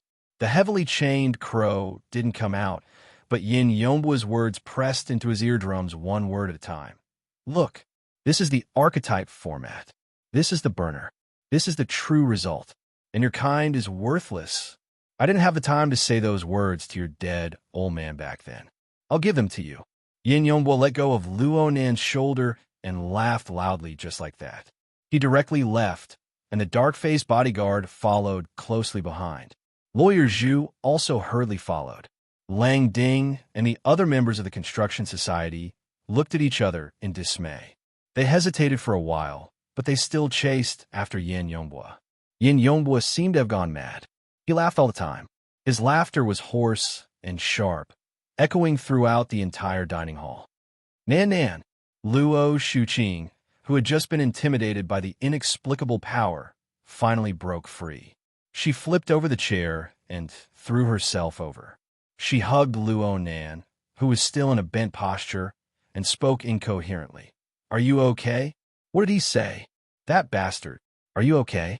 What did he say? Luo Nan didn't say anything. Up ahead, Yin Yongbua walked very quickly, pulling open the distance between him and the group of people from the construction society. Finally, his laughter stopped, and his face quickly returned to its usual cold and solemn state. Lawyer Zhu had to jog the entire way in order to keep up. It was inevitable that his elite style of calmness was a bit scattered, but he had no choice but to run. He had been scared stiff by Yin Yonghwa's previous performance. He had never thought that this big financial backer of his, who had always maintained a calm appearance, would actually have such a crazed core. He gasped for breath and asked, "Mr. Yin, do you have any instructions? How is the school?" The sudden change in topic and situation caused Lawyer Zhu to stare blankly. Luckily, this was his field of expertise, so he quickly replied, "That basically agreed to speed up the process. If the bidding goes smoothly, why doesn't it go smoothly? Under the unreserved support of the Rainbow Fund. Come, Lawyer Zhu, tell me where it doesn't go smoothly." Lawyer Zhu felt his legs go a bit soft. He unconsciously swallowed a mouthful of saliva and rushed to remedy the situation. After the bidding succeeds, the relevant procedures will be completed within half a month. Are there any other obstructions? Right now, he's mainly in the society. That one just now? I'm talking about Luo Nan. Lawyer Zhu glanced at Yin Yonghwa's face from the corner of his eyes as he spoke. Seeing that Yin Yonghwa didn't have any special reaction, Lawyer Zhu continued to speak. Luo Nan is a member of the society. He doesn't have the right to make decisions, but he does have the right to request for reconsideration. In other words, he can go through questioning a certain part of the procedure to drag things out for a period of time. Of course, this doesn't affect the overall situation. We can advance forward together. Oh. Yin Yonghwa suddenly turned around and grabbed his collar in a rude manner. He stared at him and said, "Lawyer Zhu, do you know what the big picture is?" Lawyer Zhu was scared silly and shook his head vigorously. "Do you know how many earthquakes have occurred in Xia City over the past 10 days? He continued to shake his head. "It's been 15 times. If you don't even know this, how can you talk about the big picture?" Lawyer Zhu had already been thoroughly confused by Yin Yonghwa's logic. Fortunately, Yin Yonghwa released his grip and sighed. "Sorry, I'm a little excited. Help me think. What should I do now? Right now, my mind is filled with kill, kill, kill. Isn't this not too good?" Chapter 98. I came back too late today. The second chapter will be finished in the wee hours of the morning. I might as well put on tomorrow morning. Everyone doesn't have to stay up to wait.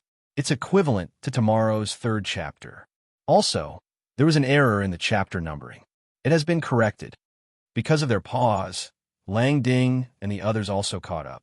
Yin Yonghwa didn't pay them any attention, only using a very serious expression to stare at Lawyer Zhu, hoping to get an answer. Lawyer Zhu's legs were really weak. His heart was already bursting with regret and fear. Now, he was more certain than ever that Yin Yonghwa wasn't a normal person from the very core. Yin Yonghwa wasn't normal, but Lawyer Zhu believed himself to be very normal. How could he possibly speak of this kind of kill, kill, kill matter in front of others? He just wanted to block Yin Yonghwa's mouth and stop him from spitting out those murderous words.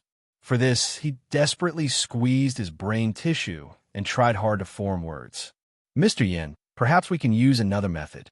If we want to circumvent his right to review, the best way is to terminate his membership in the club." "Yes, I know this is impossible, but there's an alternative." "Yes, there is another way." Under pressure, people's potential was indeed limitless. Lawyer Zhu's brain really did jump out with a brand new train of thought. "Yes, we can make him withdraw. We just need to prove that Luo Nan has some kind of direct interest relationship with this auction. Then we just need to hold a hearing, and I can shut him up forever." At this time, Lang Ding and the others had already formed a circle, blocking most of the corridor. He wanted to greet him, but Yin Yonghwa didn't even bother to look him in the eye. Instead, he was quite interested in Lawyer Zhu's words. Benefits? For example, we can question whether or not Luo Nan had a secret agreement with the Mystic Arts Research Society beforehand. After all, the timing of his entry into the society is too coincidental. We can completely make an issue out of this. Yin Yonghwa nodded slightly. "Very good, but how do we prove it?" No, Mr. Yin. I'm just making an analogy." Lawyer Zhu finally regained his confidence in his professional field. His voice became a bit louder. "We can completely adopt a more proactive method. In fact, I think that the transfer intention that you mentioned just now is a very good entry point. I don't really understand the situation inside. It seems to be related to some patents." Yin Yonghwa's expression did not change. He nodded slightly. More or less. Luo Nan is the direct descendant of the victim? The legal heir? That's right. That's his grandfather. Then, if you don't mind, you can use your private identity to fight a lawsuit with them. As long as the court accepts it, a beneficial relationship will appear between you and Luo Nan. And as the person in charge of the Rainbow Fund, you are a key figure in this bidding. Then, all of Luo Nan's questioning of Gear's bidding process can be viewed as selfish actions. I think that with this reason, the school will make a very sensible decision. No matter how much he objects, it will be useless. Hearing this, Yin Yongbua stroked his chin lightly. Is that so? Filled with anger, yet powerless to do anything. This is good. Does this count as a pass? Lawyer Zhu secretly heaved a sigh of relief. Lang Ding and the others finally got the chance to say hello. They were actually very embarrassed. He inexplicably listened to a string of schemes aimed at Luo Nan, but the other side really didn't try to avoid it all. After all, this was a public place. Many people in the restaurant were looking over because of the previous incident. There were also people going in and out of the private rooms along the corridor, casting curious glances at them. Not too far away, there was a big guy who was nearly 2 meters tall.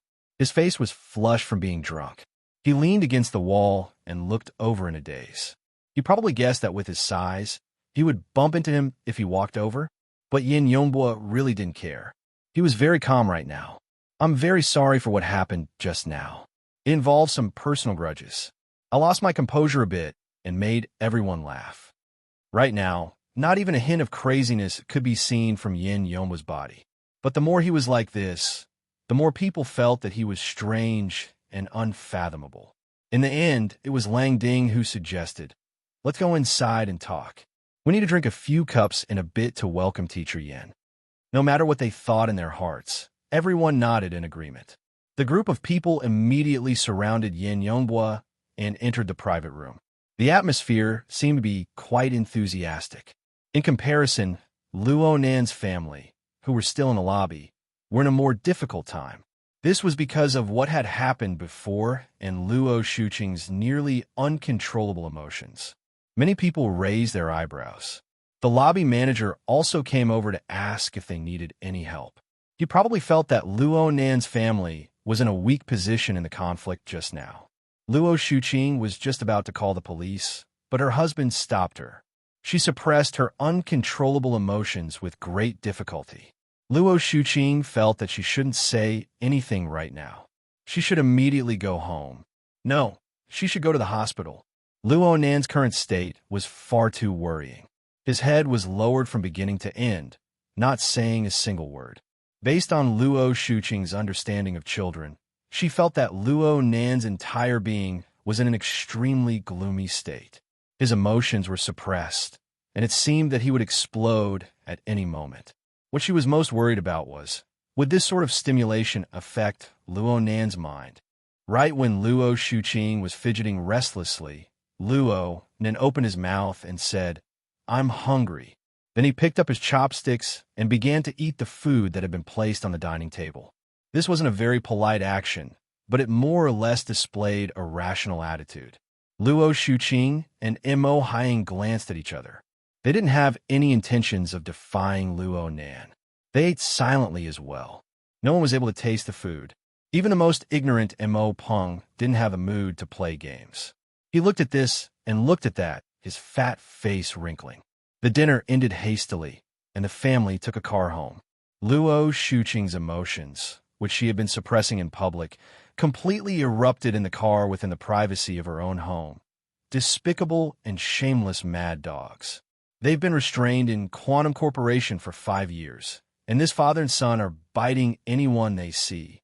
This was the first time in M.O. Peng's life that he had seen his mother use profanity. He was truly stupefied as he watched. Luo Shuqing wanted to say more, but M.O. Hyang spoke in a low voice. "He's asleep." Luo Shuqing was slightly stunned. She leaned forward slightly and looked at the front passenger seat. Luo Nan was leaning against the back of the seat, sleeping. She suppressed all the words she had in her stomach. Luo Nan's reaction was abnormal no matter how she looked at it. The husband and wife looked at each other once more. They could see the worry in each other's eyes. Luonin could only apologize to his aunt and uncle for their worry. He actually hadn't slept. He just wanted to be quiet for a moment and organize his thoughts. But right now the emotions in his heart were churning. How could he calm down? He had been disturbed time and time again, so he could only shift his consciousness elsewhere. The second-level interface of the drawing software opened up on his retina through the external neuron. The interface here clearly had a subtle, corresponding relationship with his mental plane. The turbid river water surged with waves, forming a whirlpool of its own. It was as if the whirlpool was a clear indication of his fluctuating emotions. Thousands of playing cards floated along with the whirlpool, forming a chaotic mess. Only the three believers in the format pyramid remained relatively stable. Luonin's gaze cut past Xie, Junping, and Cat Eyes. It didn't stop there. In the end, it fell upon the Wraith sign on the technician level. Chapter 99. The red light signified that the Wraith sign was devouring. In reality, it was devouring Luonan's restless and violent fury. The Wraith sign was born from devouring the negative emotions of the human heart. It was restricted by the heavily chained crow here, so it was impossible for it to harm Luonan's vital energy. But when such intense emotions squeezed in, it was tantamount to releasing a layer of restriction. As the red light gradually flourished, the Wraith sign sprayed out thousands of lines. It was similar to Luonan's sketches, but it was 10 times faster. In an instant, a complex and malevolent structure was constructed. 6 eyes lined up, each with a different color. 8 claws extended to the side, merging with the human body. Such a demonic and ugly image was the human-faced arachnid. When this image was completed, Luonan's restlessness on the mental plane had already reached the point where it was ready to gush out. Within the format pyramid, the human-faced arachnid prepared to pounce, and Luonan's mind leaped. In an instant, the world changed. Luonan's consciousness suddenly separated from the car. His mental senses broke free from the shackles and expanded to the limit in all directions. Luonan's soul left his body at this moment. The SUV carrying his main body drove off into the distance. Only his soul remained here, occupying an empty plane. Luonan didn't feel lonely at all. This was because the range of his mental senses instantly increased explosively by 100 times, 1,000 times. The splendidly lit metropolis, the crisscrossing and speeding stream of cars, the entangled and restless living beings, an inconceivable scene was formed in this moment, smashing into Luonan's mind. Roar! Luonan cast off all his worries, restraints, and burdens. He ignored the inherent logic of the bustling metropolis and the multitude of living beings. He only responded to the most direct and violent emotions in his heart. He faced the sky and roared. The heavily chained crow rattled and trembled on his soul body, swimming endlessly. And at the front of the chain, the malevolent and ugly human-faced arachnid felt Luonan's violent emotions. It faced the sky and roared in response. The two forces interweaved together, forming a surging psychic wave that rapidly spread in all directions. The majestic metropolis seemed to be slightly stifled at this moment. Then it returned to its established routine, as if it wasn't affected at all. On the contrary, the hundreds of crows that had already entered their nests flew up in fright. They attracted the attention of the nearby residents and passers-by, bringing a bit of restless emotions. This kind of intelligent bird seemed to have a spiritual sense that was difficult for ordinary people to reach. It felt the impact of the restlessness in the air and found it difficult to stay in its nest. Luonan calmed down after venting out his soul howl.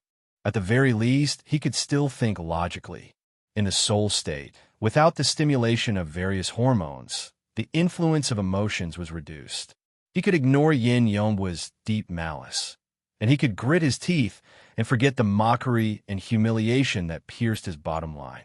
He could only grab the last bit of valuable information from the turbid currents that blocked his rationality. He saw me as a fetus. When the wilderness laboratory was in turmoil, he was there, and he was still on our side. But at that time, It was only 2 years after Yin Hong's report and shameless plagiarism. The continuous stripping of veins brought Luo Nen a bit closer to the truth of the past. Luo Yuandao's research in the wilderness could be divided into 3 stages. After the Third World War until the mid-60s, he traveled all over the world without a fixed residence. Then came the most stable scientific research period, which lasted until the end of the 1970s. In the past 15 years, it was also the most fruitful period. Starting from the year 79, his grandfather had mental problems and the laboratory was in turmoil. Bo Qingwen died, and the entire research work came to a halt. The entire family returned to the city. Based on Yin Yongbua's approximate age, it was very likely that he joined at the end of the scientific research period or before the period of turmoil. This was a very delicate point. He should have been preparing back then. Then Yin Yongbua must be someone in the know. Perhaps he was a participant. He must be. Yin Hong's whereabouts were unknown, but his son had come out. Could his father be far away? Luo Nan's soul was submerged in the lights of the city, but there was an indescribable throbbing emotion in his heart that gradually became clear. So, I still have a chance for revenge? The aerial struggle for honor was destined to be a dull and tedious path. But Luo Nan had no other choice before tonight. But now the situation was different. Luo Nan suddenly laughed in spite of himself. This was a pure joy of the mind, but it also had a subtle connection with his main body. Though his main body had gone far away with the SUV, and the distance was already over 10 kilometers, there was always a thread of spiritual response that remained. As long as this response continued, he would not reach his limits. He would even be able to realize some small interactions. This information did not come out of thin air. Luo Nan looked at the human-faced arachnid that was controlled by the chains. This vicious and ugly Darksider life form maintained its usual obedience, but there was an unending stream of energy that carried some information that was transmitted over. This information was combined with Luo Nan's own experiences, allowing Luo Nan to come to a new conclusion. Luo Nan gradually understood in his mind that it was originally impossible for him to achieve the out-of-body state at his current level. Forcefully doing it would probably result in his soul flying away and scattering. He was only able to maintain it due to the assistance of the human-faced arachnid and the blood transfusion. But in the end, it was the heavily chained crow of the self format that subdued this Darksider life form. Only then was he able to realize this marvelous arrangement. This form was just like in the legends. They used the power of evil to summon and enslave demons and ghosts. This caused Luo Nan to have an epiphany in his mind. The self format manifested itself as control. It was very stupid to use one's own strength to fight. The most correct choice was to unearth the abilities and power of the human-faced arachnid, a summoned creature. Unfortunately, he only had one summoned creature right now. It was the human-faced arachnid avatar formed from the Wraith sign. Its abilities were powerful, but it was hard to display it in the open. But right now, he could only make do with it. Luo Nan's mind stabilized. His soul body floated down onto the back of the human-faced arachnid. The lich beneath him leaped up noiselessly. It locked onto a direction and directly leaped into the void. A distance of over 100 meters was traversed in a single flash. This was much more powerful than when he was on the warship. Luo Nan's mind was a bit at ease. He was just about to use his heart to experience this feeling. But his heart stirred slightly. Then he saw a black shadow flapping its wings. It swept past at a low altitude and let out a coarse caw from its mouth. It was a crow. It had a very large head, and when it reached a certain position behind him, it no longer moved forward. Instead, it flew in circles, feeling a bit lost. Ink. Luo Nan's mental senses covered over, and he finally confirmed. Wasn't this the pet crow he used to practice hypnosis? Luo Nan carefully sized up the surrounding area. Sure enough, it was a bit familiar. It turned out that their family had passed through the Riverwood district on their way back to the city. And this place wasn't too far from Blue Bay Community. Chapter 100. It was said that the intelligence of crows surpassed that of a 7-year-old child. He didn't know if it was because of Ink's innate talent or the effect of hypnosis, But Ink's intelligence was clearly higher than others of its kind, and its intuition was also better. It circled a few times, but it was unable to see the silhouette of Luo Nan. It folded its wings and landed on a protruding area of the outer wall of a skyscraper. It looked all around, and it scratched and hissed. It was clearly using its usual method to arouse Luo Nan's attention. Right now, Luo Nan's soul body was no more than 700 meters away. His heart stirred slightly when he saw Ink act like this. The heavily chained crow clattered as psychic waves converged and shot toward Ink. This was originally just Luo Nan's attempt, but Ink clearly quivered in his senses. The feathers on its body stood up, and it immediately turned its head. It was impossible to see anything in the dark night, but after a moment of hesitation, it still flapped its wings and flew toward the location of Luo Nan's soul body. It began to fly and glide around after arriving in this area. It seemed as if it could really sense Luo Nan's existence. Good boy. Luo Nan felt a bit gratified. He tried using this brand new method to communicate with Ink. The results were indeed much better than simple hypnosis. The feedback he received from Ink was even more direct and clear. There was a great feeling of telepathy. The human-faced arachnid's 6 heterochromatic eyes adjusted their angles. It seemed to be paying attention to this new comrade. Of course, the human-faced arachnid's avatar didn't possess any self-awareness. This was just a two-way connection that originated from Luo Nan. Luo Nan felt that he was like a wizard of the ancient era. The heavily chained crow was his artifact. It was like a giant python coiled around his soul body.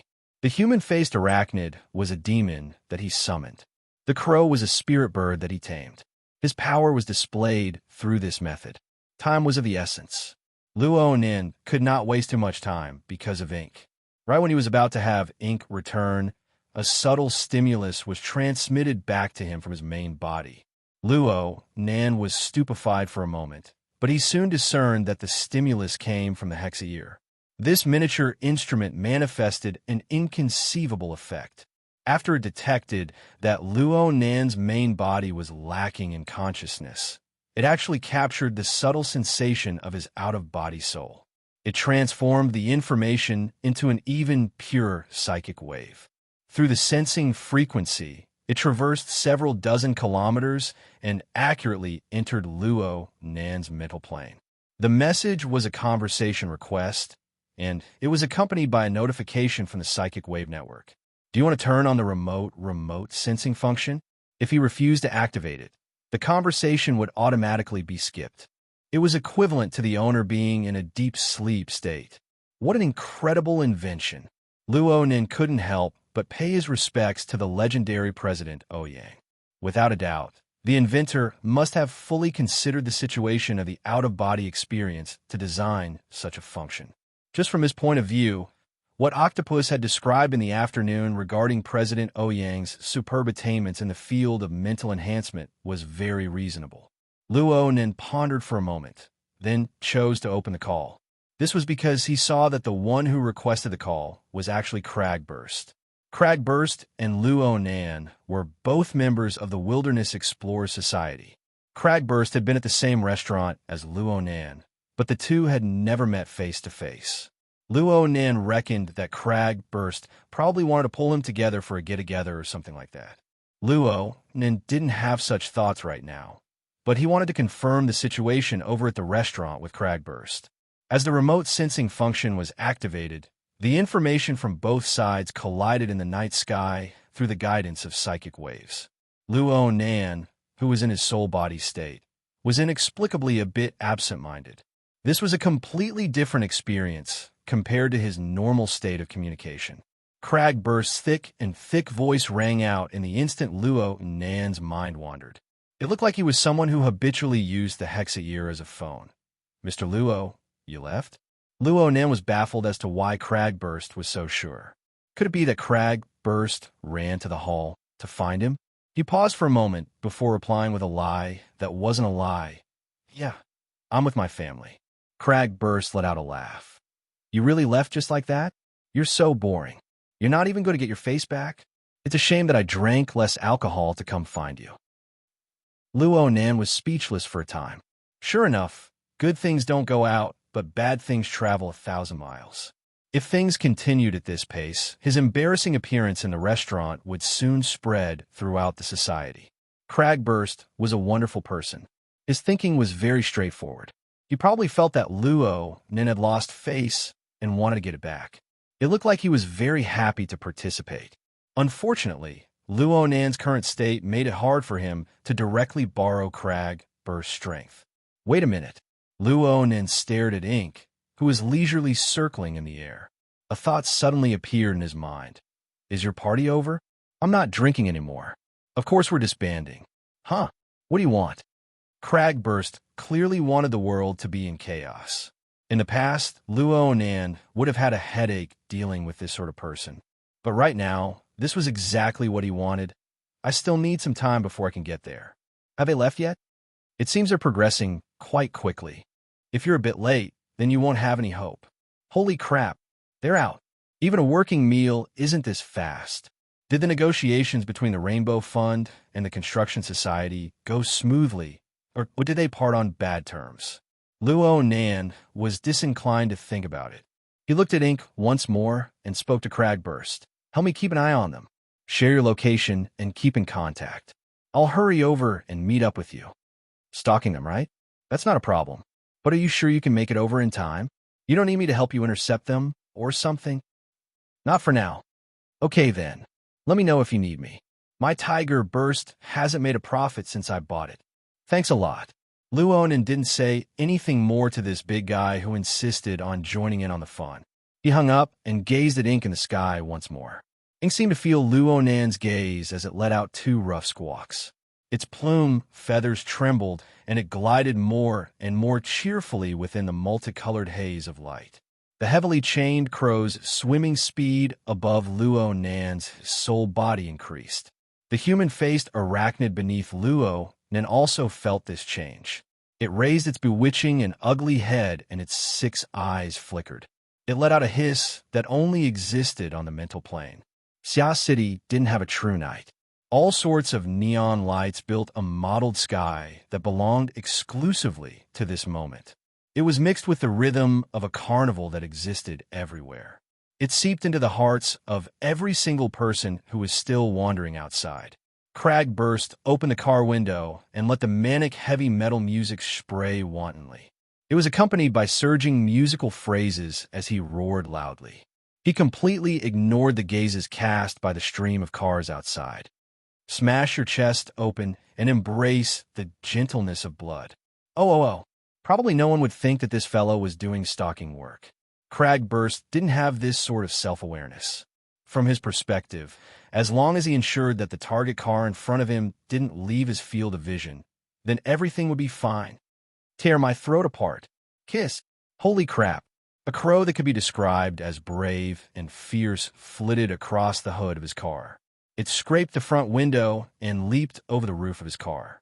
It was admittedly thrilling and exciting, but it completely disrupted the rhythm of his music. For this reason, he extended his hand out the window and pointed his middle finger to the sky. Hurry up and smash your head to death. Experience my wrath. Oh. At this time, the Hexaear transmitted a message. It was Luo Nan. Keep up the speed. I'm coming. Chapter 101. Yeah. Cragburst stared blankly as a sturdy crow charged in from outside the car window. The crow bumped into the thick leather of his seat, then fell down and landed on the back seat. The 2 feathers that had fallen were blown out of the window by the strong wind that was blowing in and out of the carriage. But in the end, this uninvited guest stayed. Mr. Luo? Yes, it's me. The crow straightened its body and cawed twice. The sound was coarse and unpleasant to the ears, but it surprisingly matched the heavy metal roaring in the car. Of course, the real way to respond was through the Hexaear. Cragburst never would have thought that the so-called "I'm coming" would be this kind of situation. For a moment, he forgot that the crow's sharp claws had already scratched the surface of the genuine leather seat. He widened his eyes and looked up and down several times. Spiritually enhanced people have so many tricks up their sleeves. What is this, a summoner? You share senses with this bird? Yes, that's about it. Since Cragburst had spoken like this, Luo Nen took advantage of the situation to admit it. This was to avoid looking for other reasons that would make his story full of flaws. Yo, looks like a lot of people have underestimated you. To be able to attach oneself to a flexible object and share one's senses is a brilliant move of the soul sense division. Without the corresponding talent, even Awaken would find it hard to do it beautifully. It's just too wretched. Cragburst curled his lips. He was a muscle-oriented person, so he wasn't too fond of cloning and incarnation techniques. However, the other party hadn't awakened yet, and he was a toothpick guy who was seriously biased towards other subjects. It was already quite good that he could use such a method. In particular, his attitude of seeking revenge for the smallest grievance and never letting a grudge rest overnight was even more praiseworthy. At this moment, Ink jumped twice on the leather seat and spread its wings to fly again. The Tigerburst was a military-modified off-road vehicle. The interior of the vehicle was extremely spacious. Otherwise, it wouldn't have been able to fit a big fellow like Cragburst. However, it was still a little difficult for Ink, which had a body length of nearly 70 centimeters and a wingspan of nearly 1 meter, to flap its wings. After flapping twice, it couldn't exert any strength. Cragburst laughed out loud as he watched. He directly extended his hand, grabbed Ink, and placed it on the control panel. Here, the view is the best. Did you see that? There are 2 cars in front, the blue MPV. Ink's sharp toes gripped the edge of the dashboard, and it stood very steadily. Its black eyes stared at the target car in front of it with great concentration. What do you think? Do you want to do it? Cragburst had always wanted to play big. No, I don't need it for now, Luo Nen responded simply. Cragburst was a bit disappointed. It wasn't a good time to roar his songs right now. On the contrary, he was bored, so he casually chatted. I originally thought you were going to ask Vice Chairman He for help. You even wanted to pull Zhou Hu along when you left. You actually didn't contact him? Why, Sister He? Luo Nen was a bit speechless. Could it be that he gave people the feeling that he was the type to go find his parents after getting beaten up? Well, He Wayne wasn't his parent either. On the contrary, this woman, who came from the military, had a typical business-like personality. Using her own personal matters to ask for help would only make people look down on her. This is my personal matter. I shouldn't let others handle it. Brother Cragburst, many thanks for helping to keep watch for so long. Leave the rest to me. What? You're going to kick me just like that? Cragburst wasn't happy. It looks like you're not going to make a move tonight. Yeah, it involves a complicated case from over 10 years ago. I want to understand it in depth. It's mainly to investigate. Cragburst still didn't give up. Are you sure? You're a bird, and it took a lot of effort to fly over here. Can you keep up? The flying speed of a bald crow was considered normal among birds. Even though Ink had been nurtured by Luo Nan and its body had grown, its speed was only around 70 kilometers per hour. It really wasn't possible to keep up with Ink in a situation where the traffic was smooth and there wasn't any congestion. The problem was that Luo Nan never expected Ink to be able to do it. He had Ink come over and appear in front of Cragburst just to find a reason to cover up. True reconnaissance still needed to rely on something else. Luo Nan's soul body was floating in the air above the traffic layer while he was chatting with Cragburst. He avoided close contact with an awakened like Cragburst and advanced in sync with the flow of traffic. The range of his senses exceeded 500 meters. The target's blue van was already covered within. 2 rounds of penetrating scanning had already been carried out. However, this low-key blue van's outer shell material seemed to be quite extraordinary. A certain amount of interference would appear every time the vehicle was scanned. It made it very hard to determine the number of people inside and the location. Luo Nan's heart grew vigilant after 2 unsuccessful attempts. Everything went quite smoothly before, but it seemed that his reconnaissance was a bit too direct. And at this moment, the alarm device within the van was triggered. There was no sound, but a glaring red light shone. The dark-skinned bodyguard in the driver's seat had a penetrating gaze. His gaze swept outside the window. Darksider life form? Yin Yonghua, who had been resting with his eyes closed, slowly opened his eyes. But the alarm light suddenly extinguished at this time. Yin Yongbo couldn't help muttering. Could it be that we've passed through the domain of a human-faced arachnid? Or is there an out-of-body, mental, traversing expert paying attention to us? We've been tailed. The dark-skinned bodyguard suddenly spoke. The projector turned on at this time, displaying a real-time satellite image of the surrounding area. The car's AI combined this image with the automatic recording content of the van. It quickly analyzed and marked out a few suspicious targets. The targets with the highest probability were circled in an eye-catching red frame. It was an eye-catching and domineering military-modified Tiger Burst SUV. Its volume was like that of a small armored vehicle. It had a rough, four-wheeled structure that could truly gallop through the wilderness. It seemed out of place in the bustling metropolis. This car has been following us ever since we left the restaurant, and the monitoring system shows that the words blue van were mentioned. The military? This sort of arrogant tailing method really did seem like the method of some arrogant soldier or valiant general. However, when Yin Yongbo squinted his eyes to look carefully, he was able to capture a sturdy crow beneath the car's window through the high-resolution image. Clearly, this wasn't some sort of decoration. Interesting. Investigate the details. Oh, hold on. We're in the Riverwoo district right now? Yes. Then let's use a different method. Yin Yongbo slowly rubbed his fingers.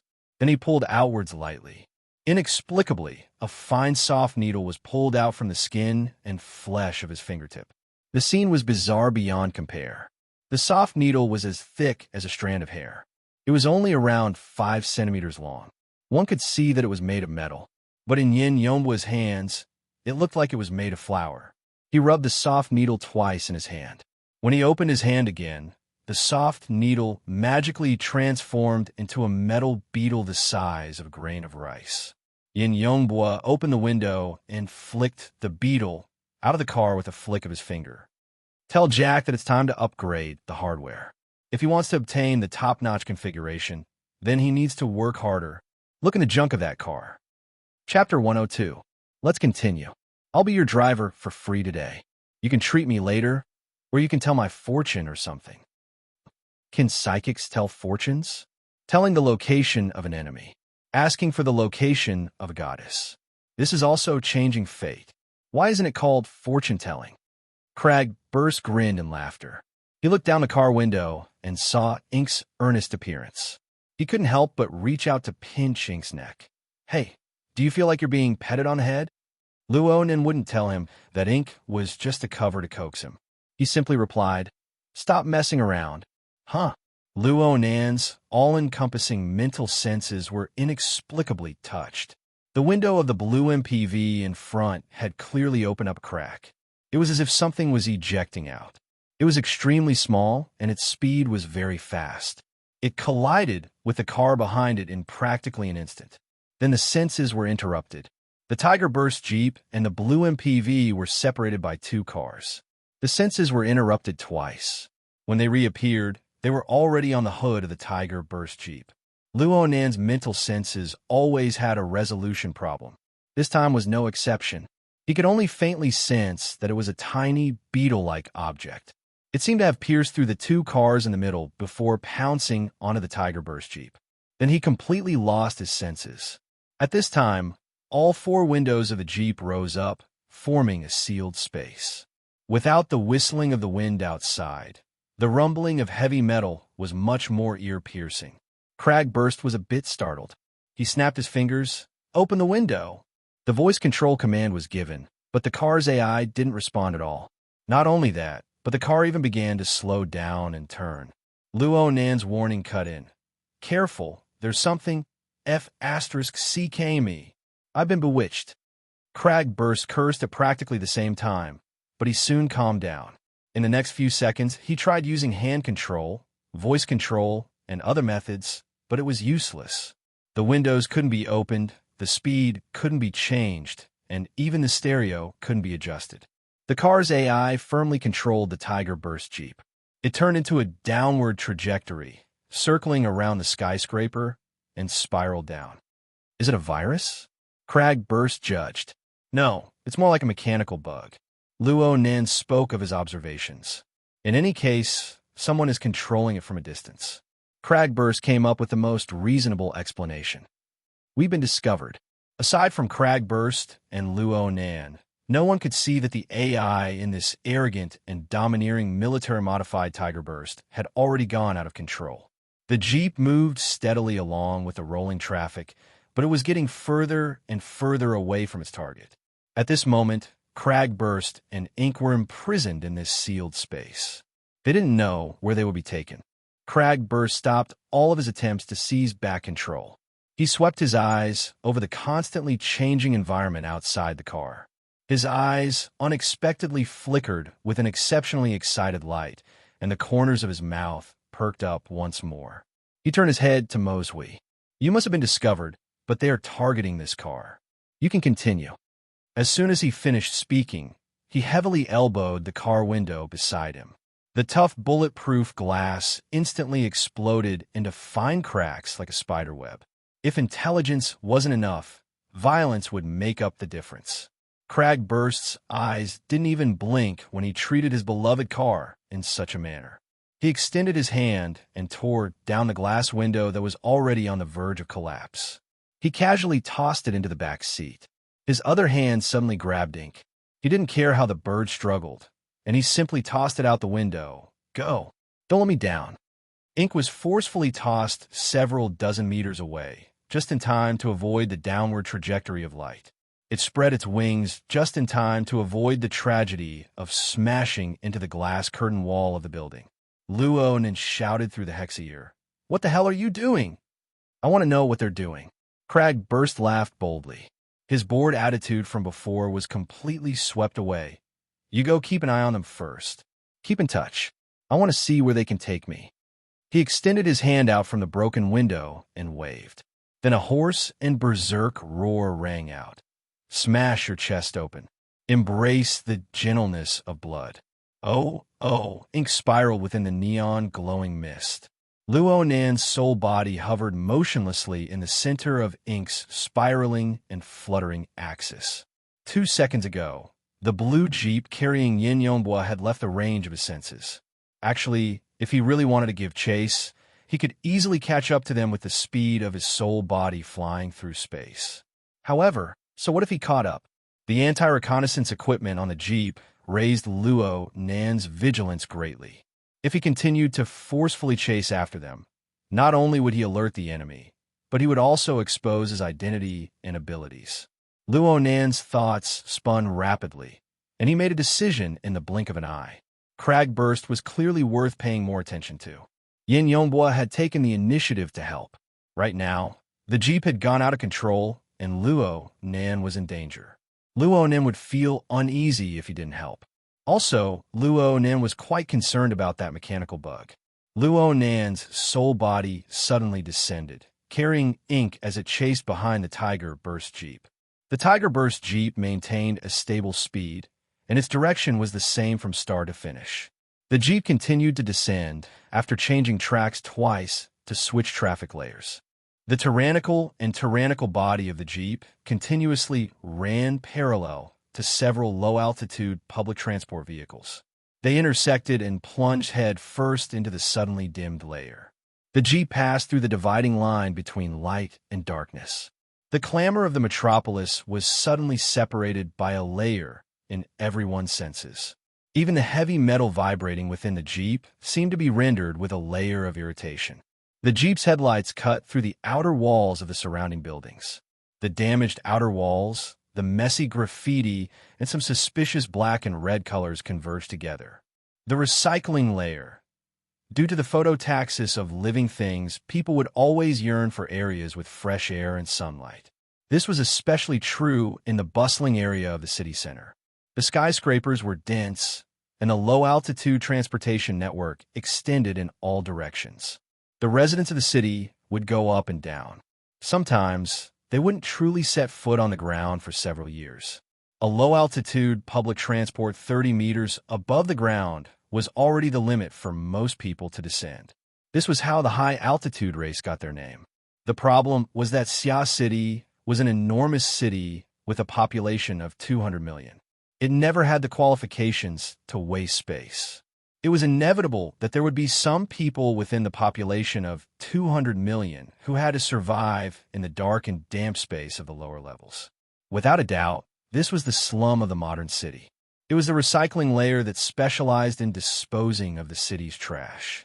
To a certain degree, it was also a place where gangs gathered outside the law. The Tiger Burst Jeep roared as it charged down from the upper levels. It practically instantly attracted the gazes of a large number of professionals in this gloomy space. A sharp whistling sound rang out. Between the buildings, within the ever-narrowing alleys, high-powered modified motorcycles started up one after another. They sped along a high speed. People of all shapes and sizes on the motorcycles brandished malevolent spiked clubs, chains, and of course, firearms. They howled and cursed at the Jeep that was still advancing along the light rail in midair. At the same time, they were also looking forward to it. Chapter 103. The light rail ahead has been destroyed, automatically switching to off-road mode. The car's AI automatically issued an order. Several seconds later, the enormous Tiger Burst Jeep slid down from the final port. Its four wheels landed on the ground, and it rolled over the primitive and shabby asphalt road as it continued forward. 20 to 30 people had already gathered together. They were the nearby gangs and motorcycle gang members. They cheered in unison.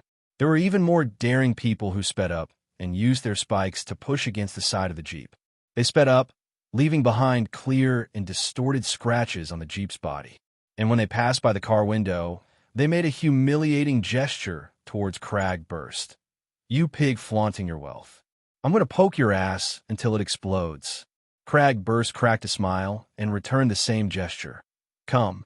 I'm afraid you're not tough enough."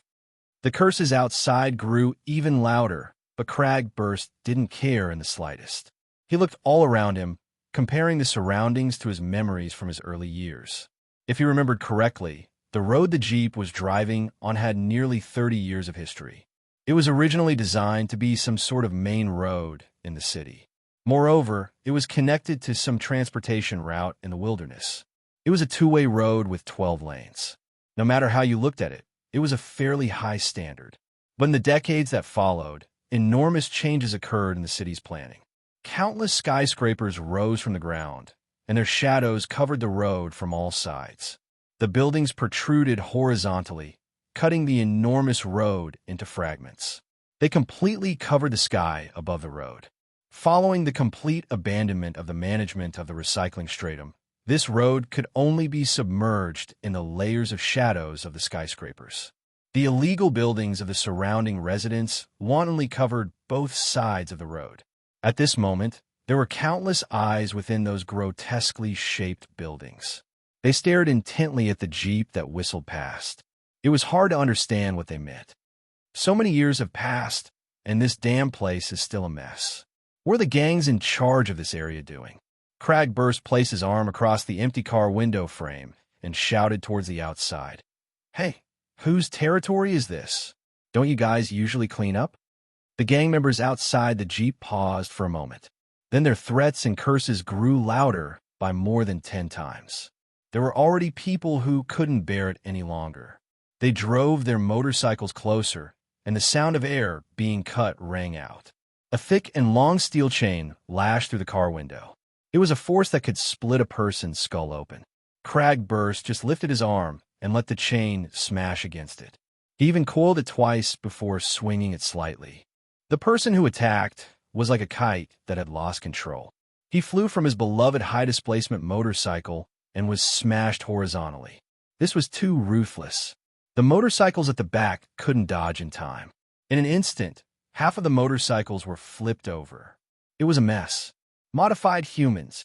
No one knew who shouted this, but the motorcycles that accompanied them all the way dispersed.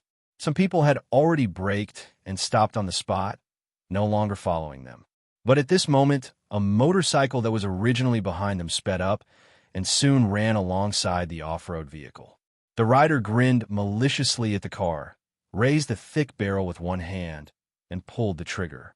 The classic shotgun instantly ejected 12 8mm tungsten alloy pellets, covering the entire front of the carriage. Without even looking at the result, the knight swung his arm and loaded the gun. He was about to do it again. But when he raised the muzzle of the gun once more, what met the muzzle was Crag Burst's malevolent smile. Crag Burst's face was completely unharmed. There was a muffled bang as the rider flew up from the motorcycle.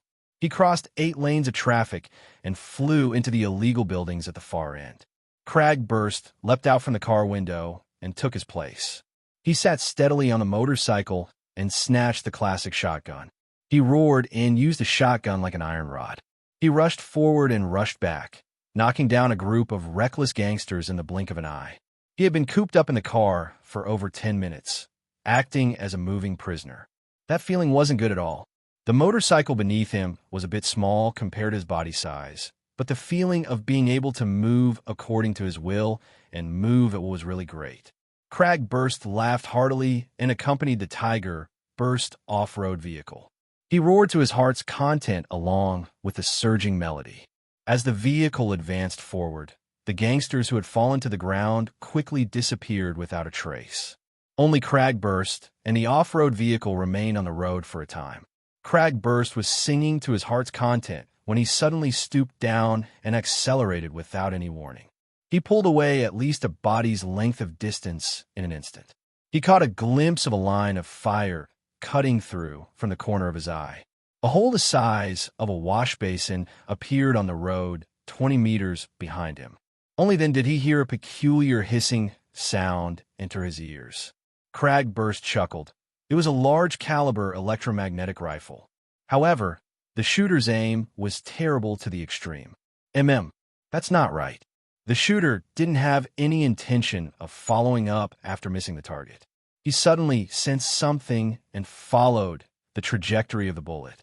He couldn't see any human figures within the pitch-black floor, but there was a pitch-black bird flapping its wings and flying. Crag Burst grinned and transmitted through the hexaear. Where's the division of labor? Where's the trust? Speaking of which, you should be pretty good at scouting. How about we go back and give the wilderness a try? Then you need to be prepared to be tricked. Luo then casually replied. He used ink to announce his existence to Crag Burst. But what truly killed the sniper was actually the human-faced arachnid's siege hammer. Right now, the pitiful fellow had fainted in front of the window. He probably didn't understand what was going on from start to finish. Luo Nan's soul body floated within this dangerous area. The range of his senses was close to a kilometer in diameter.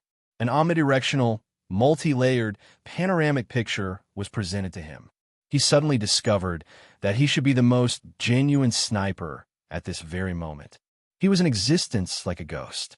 He had a panoramic perception with a diameter of a kilometer. Of course, he also had the siege hammer, which could ignore the vast majority of physical defenses. These factors converged together. He could be said to be like a fish in water in this complex environment. He could eliminate those malicious personnel in the quickest and most convenient manner. Luo Nin truly had some awareness of being an ability user when he used these methods. Yes, this was the ability user of his imagination. This was an extraordinary power that stood above the normal world. Naturally, this was the best proof of the correctness of formatting theory.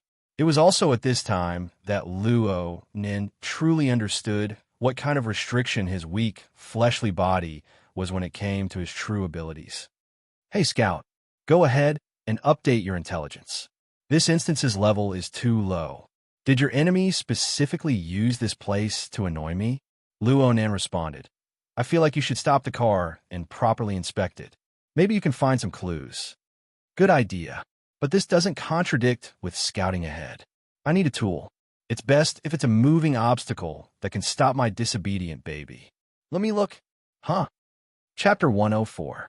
Crag Burst's military-modified Tiger Burst SUV was an extremely astonishing vehicle for personal transportation. It could run over the heads of ordinary private cars in its off-road mode. However, the big fellow that had just run into the range of Luo Nan's mental senses could completely replicate a similar scene onto the Tiger Burst SUV. 5 seconds after Luo Nan discovered it, the enormous shadow that slowly pressed over finally attracted Crag Burst's attention. The enormous size of the shadow caused Cragburst, who had been wild and fearless the entire time, to gape subconsciously. He forgot to speak for a time. It was a super heavy road roller. It was over 5 meters tall, and its enormous body occupied 2 car lanes horizontally. It was completely the willful piling of industrial power. Just the vibrating wheels in front of it already exceeded the roof of the Tiger Burst SUV. Perhaps this big fellow was a large tool used in the construction of this main road back in the day. Its appearance was already extremely old. The driver's compartment was already missing its top, and its entire body was covered in grotesque graffiti. However, it had undergone certain modifications. Long and sharp blades were installed on both sides of the vibrating wheels. This allowed it to cover the width of over 4 car lanes. The weight of the vehicle was at least 50 tons. The already damaged asphalt road became even more tragic under the effect of the vibrating wheels as it drove past. Of course, the antique road roller's speed was very ordinary. It definitely didn't exceed 30 kilometers per hour. If the SUV were to turn around, it would be completely easy for this old fellow to eat the dust behind it. Or it could make a small detour and easily pass by it. But the problem was that the AI that controlled the SUV's movements didn't have any awareness that it was about to be smashed into pieces. It continued to maintain its original speed, direction, and route as it moved forward in a perfectly straight line. Hey! Cragburst did his best to wake his precious up, but it was destined to be futile. The distance between the two sides quickly became 300 meters. 200 meters. The Tiger Burst SUV contributed to the majority of the distance traveled, and it continued to do so. Luo Nin noticed that there were at least 5 gun-wielding personnel in the damaged compartment of the road roller other than the driver. They all raised their gun barrels and pointed them at Cragburst's position. 2 of them were electromagnetic rifles with astonishing destructive power. Only the heavens knew how these strictly controlled military firearms ended up here. Did the military also dispose of trash here? Out of the way. Luo Nan threw 2 siege hammers over as he warned Cragburst. The targets were precisely 2 gang members wielding electromagnetic rifles. One of them fell to the ground and fainted, but a bewitching red light suffused the eyes of the other person. He was actually completely unaffected. He quickly adjusted the muzzle of his gun, and flames exploded on it. The metal bullet carried a terrifying initial speed. It crossed a distance of several hundred meters in an instant, directly piercing through the location of Luo Nan's soul body. This shot did not touch anything substantial, but it truly gave Luo Nan a fright. The other party's spiritual sense was very sharp, and his judgment was very accurate. What was even more inconceivable was that he was immune to the siege hammer. Luo Nan had pierced through all of his material defenses, but it seemed that Luo Nan's attack aimed at the mental plane had missed. That gunshot had alarmed Cragburst. The other 3 firearms had already opened fire at this time. They were old-fashioned gunpowder weapons that were commonly seen in the black market. Their power was quite astonishing. Cragburst cursed loudly. The motorcycle suddenly sped up and swerved outwards, dodging the whistling rain of bullets. It narrowly brushed past the twisted blades of the road roller. Luo Nin was left behind. Cragburst let the motorcycle run away crookedly. Cragburst jumped up, and his strong body easily leapt over 4 meters into the air. He directly stepped onto the cockpit of the road roller and smashed it with a heavy fist. The driver was sent flying from the other side. Only now did the others adjust their muzzles. But no one was able to block Cragburst's fist. They fell from the road roller one after another. Cragburst instantly cleared the obstructions. Then he tried to control the big fellow beneath him to make it stop immediately. As long as it didn't move, Cragburst's beloved Tiger Burst Jeep wouldn't be smashed into smithereens, even if it couldn't avoid a collision. The distance between the 2 vehicles was less than 50 meters at this time. A collision and a crushing would only take 2 or 3 seconds. Cragburst had operated this type of large-scale machine before. He felt that he could do it. But then Luo Nan's sharp warning sound penetrated the bottom of his heart in the form of psychic waves. Dodge.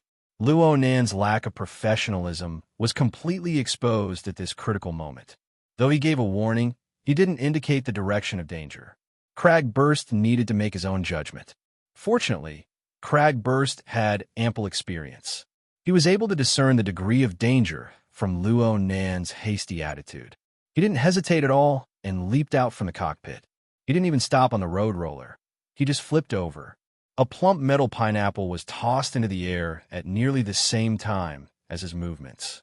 It fell right into the cockpit. F***CK me. Cragburst was shocked when he saw this scene from the corner of his eyes. A grenade, and it was a defensive grenade with the most terrifying killing radius. This sort of crude, old-fashioned weapon had an enormous destructive power. It still had a certain place in the military. It could receive miraculous effects in special situations. The grenade was clearly pressed in someone's hand. The person had calculated the time to ignite it. It exploded with a bang while still in midair. Over 1,000 shrapnel were like a whistling storm, covering a vast space of 50 meters. With such an astonishing killing radius, even the gang members who had just fallen from the car were swept up. They screamed miserably. Cragburst wasn't known for his agility, but his mind worked quickly. He borrowed the force to rebound just as his body landed on the ground. He caught up to the road roller with a stride and stuck his body to the side of the car. His series of judgments couldn't be said to be incorrect, but someone was waiting for him here. A fist came smashing straight at him. The fist's speed and timing were all grasped to the peak of perfection. But the most shocking thing was the inconceivable weight. Cragburst received it with a single hand, but his entire upper arm was forcibly deflected. He could only watch helplessly as the heavy fist smashed into the side of his face. Cragburst soared into the air amidst the flying shrapnel and tumbled to a spot a dozen meters behind the road roller. An enormous rumbling sound came from right in front of the road roller at this time. The 5-ton Tiger burst Jeep collided with the 50-ton road roller at a speed of nearly 100 kilometers per hour. The former's kinetic energy was reduced to zero in an instant. The front of the car caved in and parts exploded in the air. It was a tragic sight to behold. Although the road roller didn't immediately roll over the Jeep, it maintained its previous speed after a slight pause. It continued to push the scrapped Jeep forward. More and more parts of the Jeep were swept up by the vibrating wheels. It seemed that the most miserable fate was unavoidable. Luo Nan had witnessed everything that had happened before and after the road roller.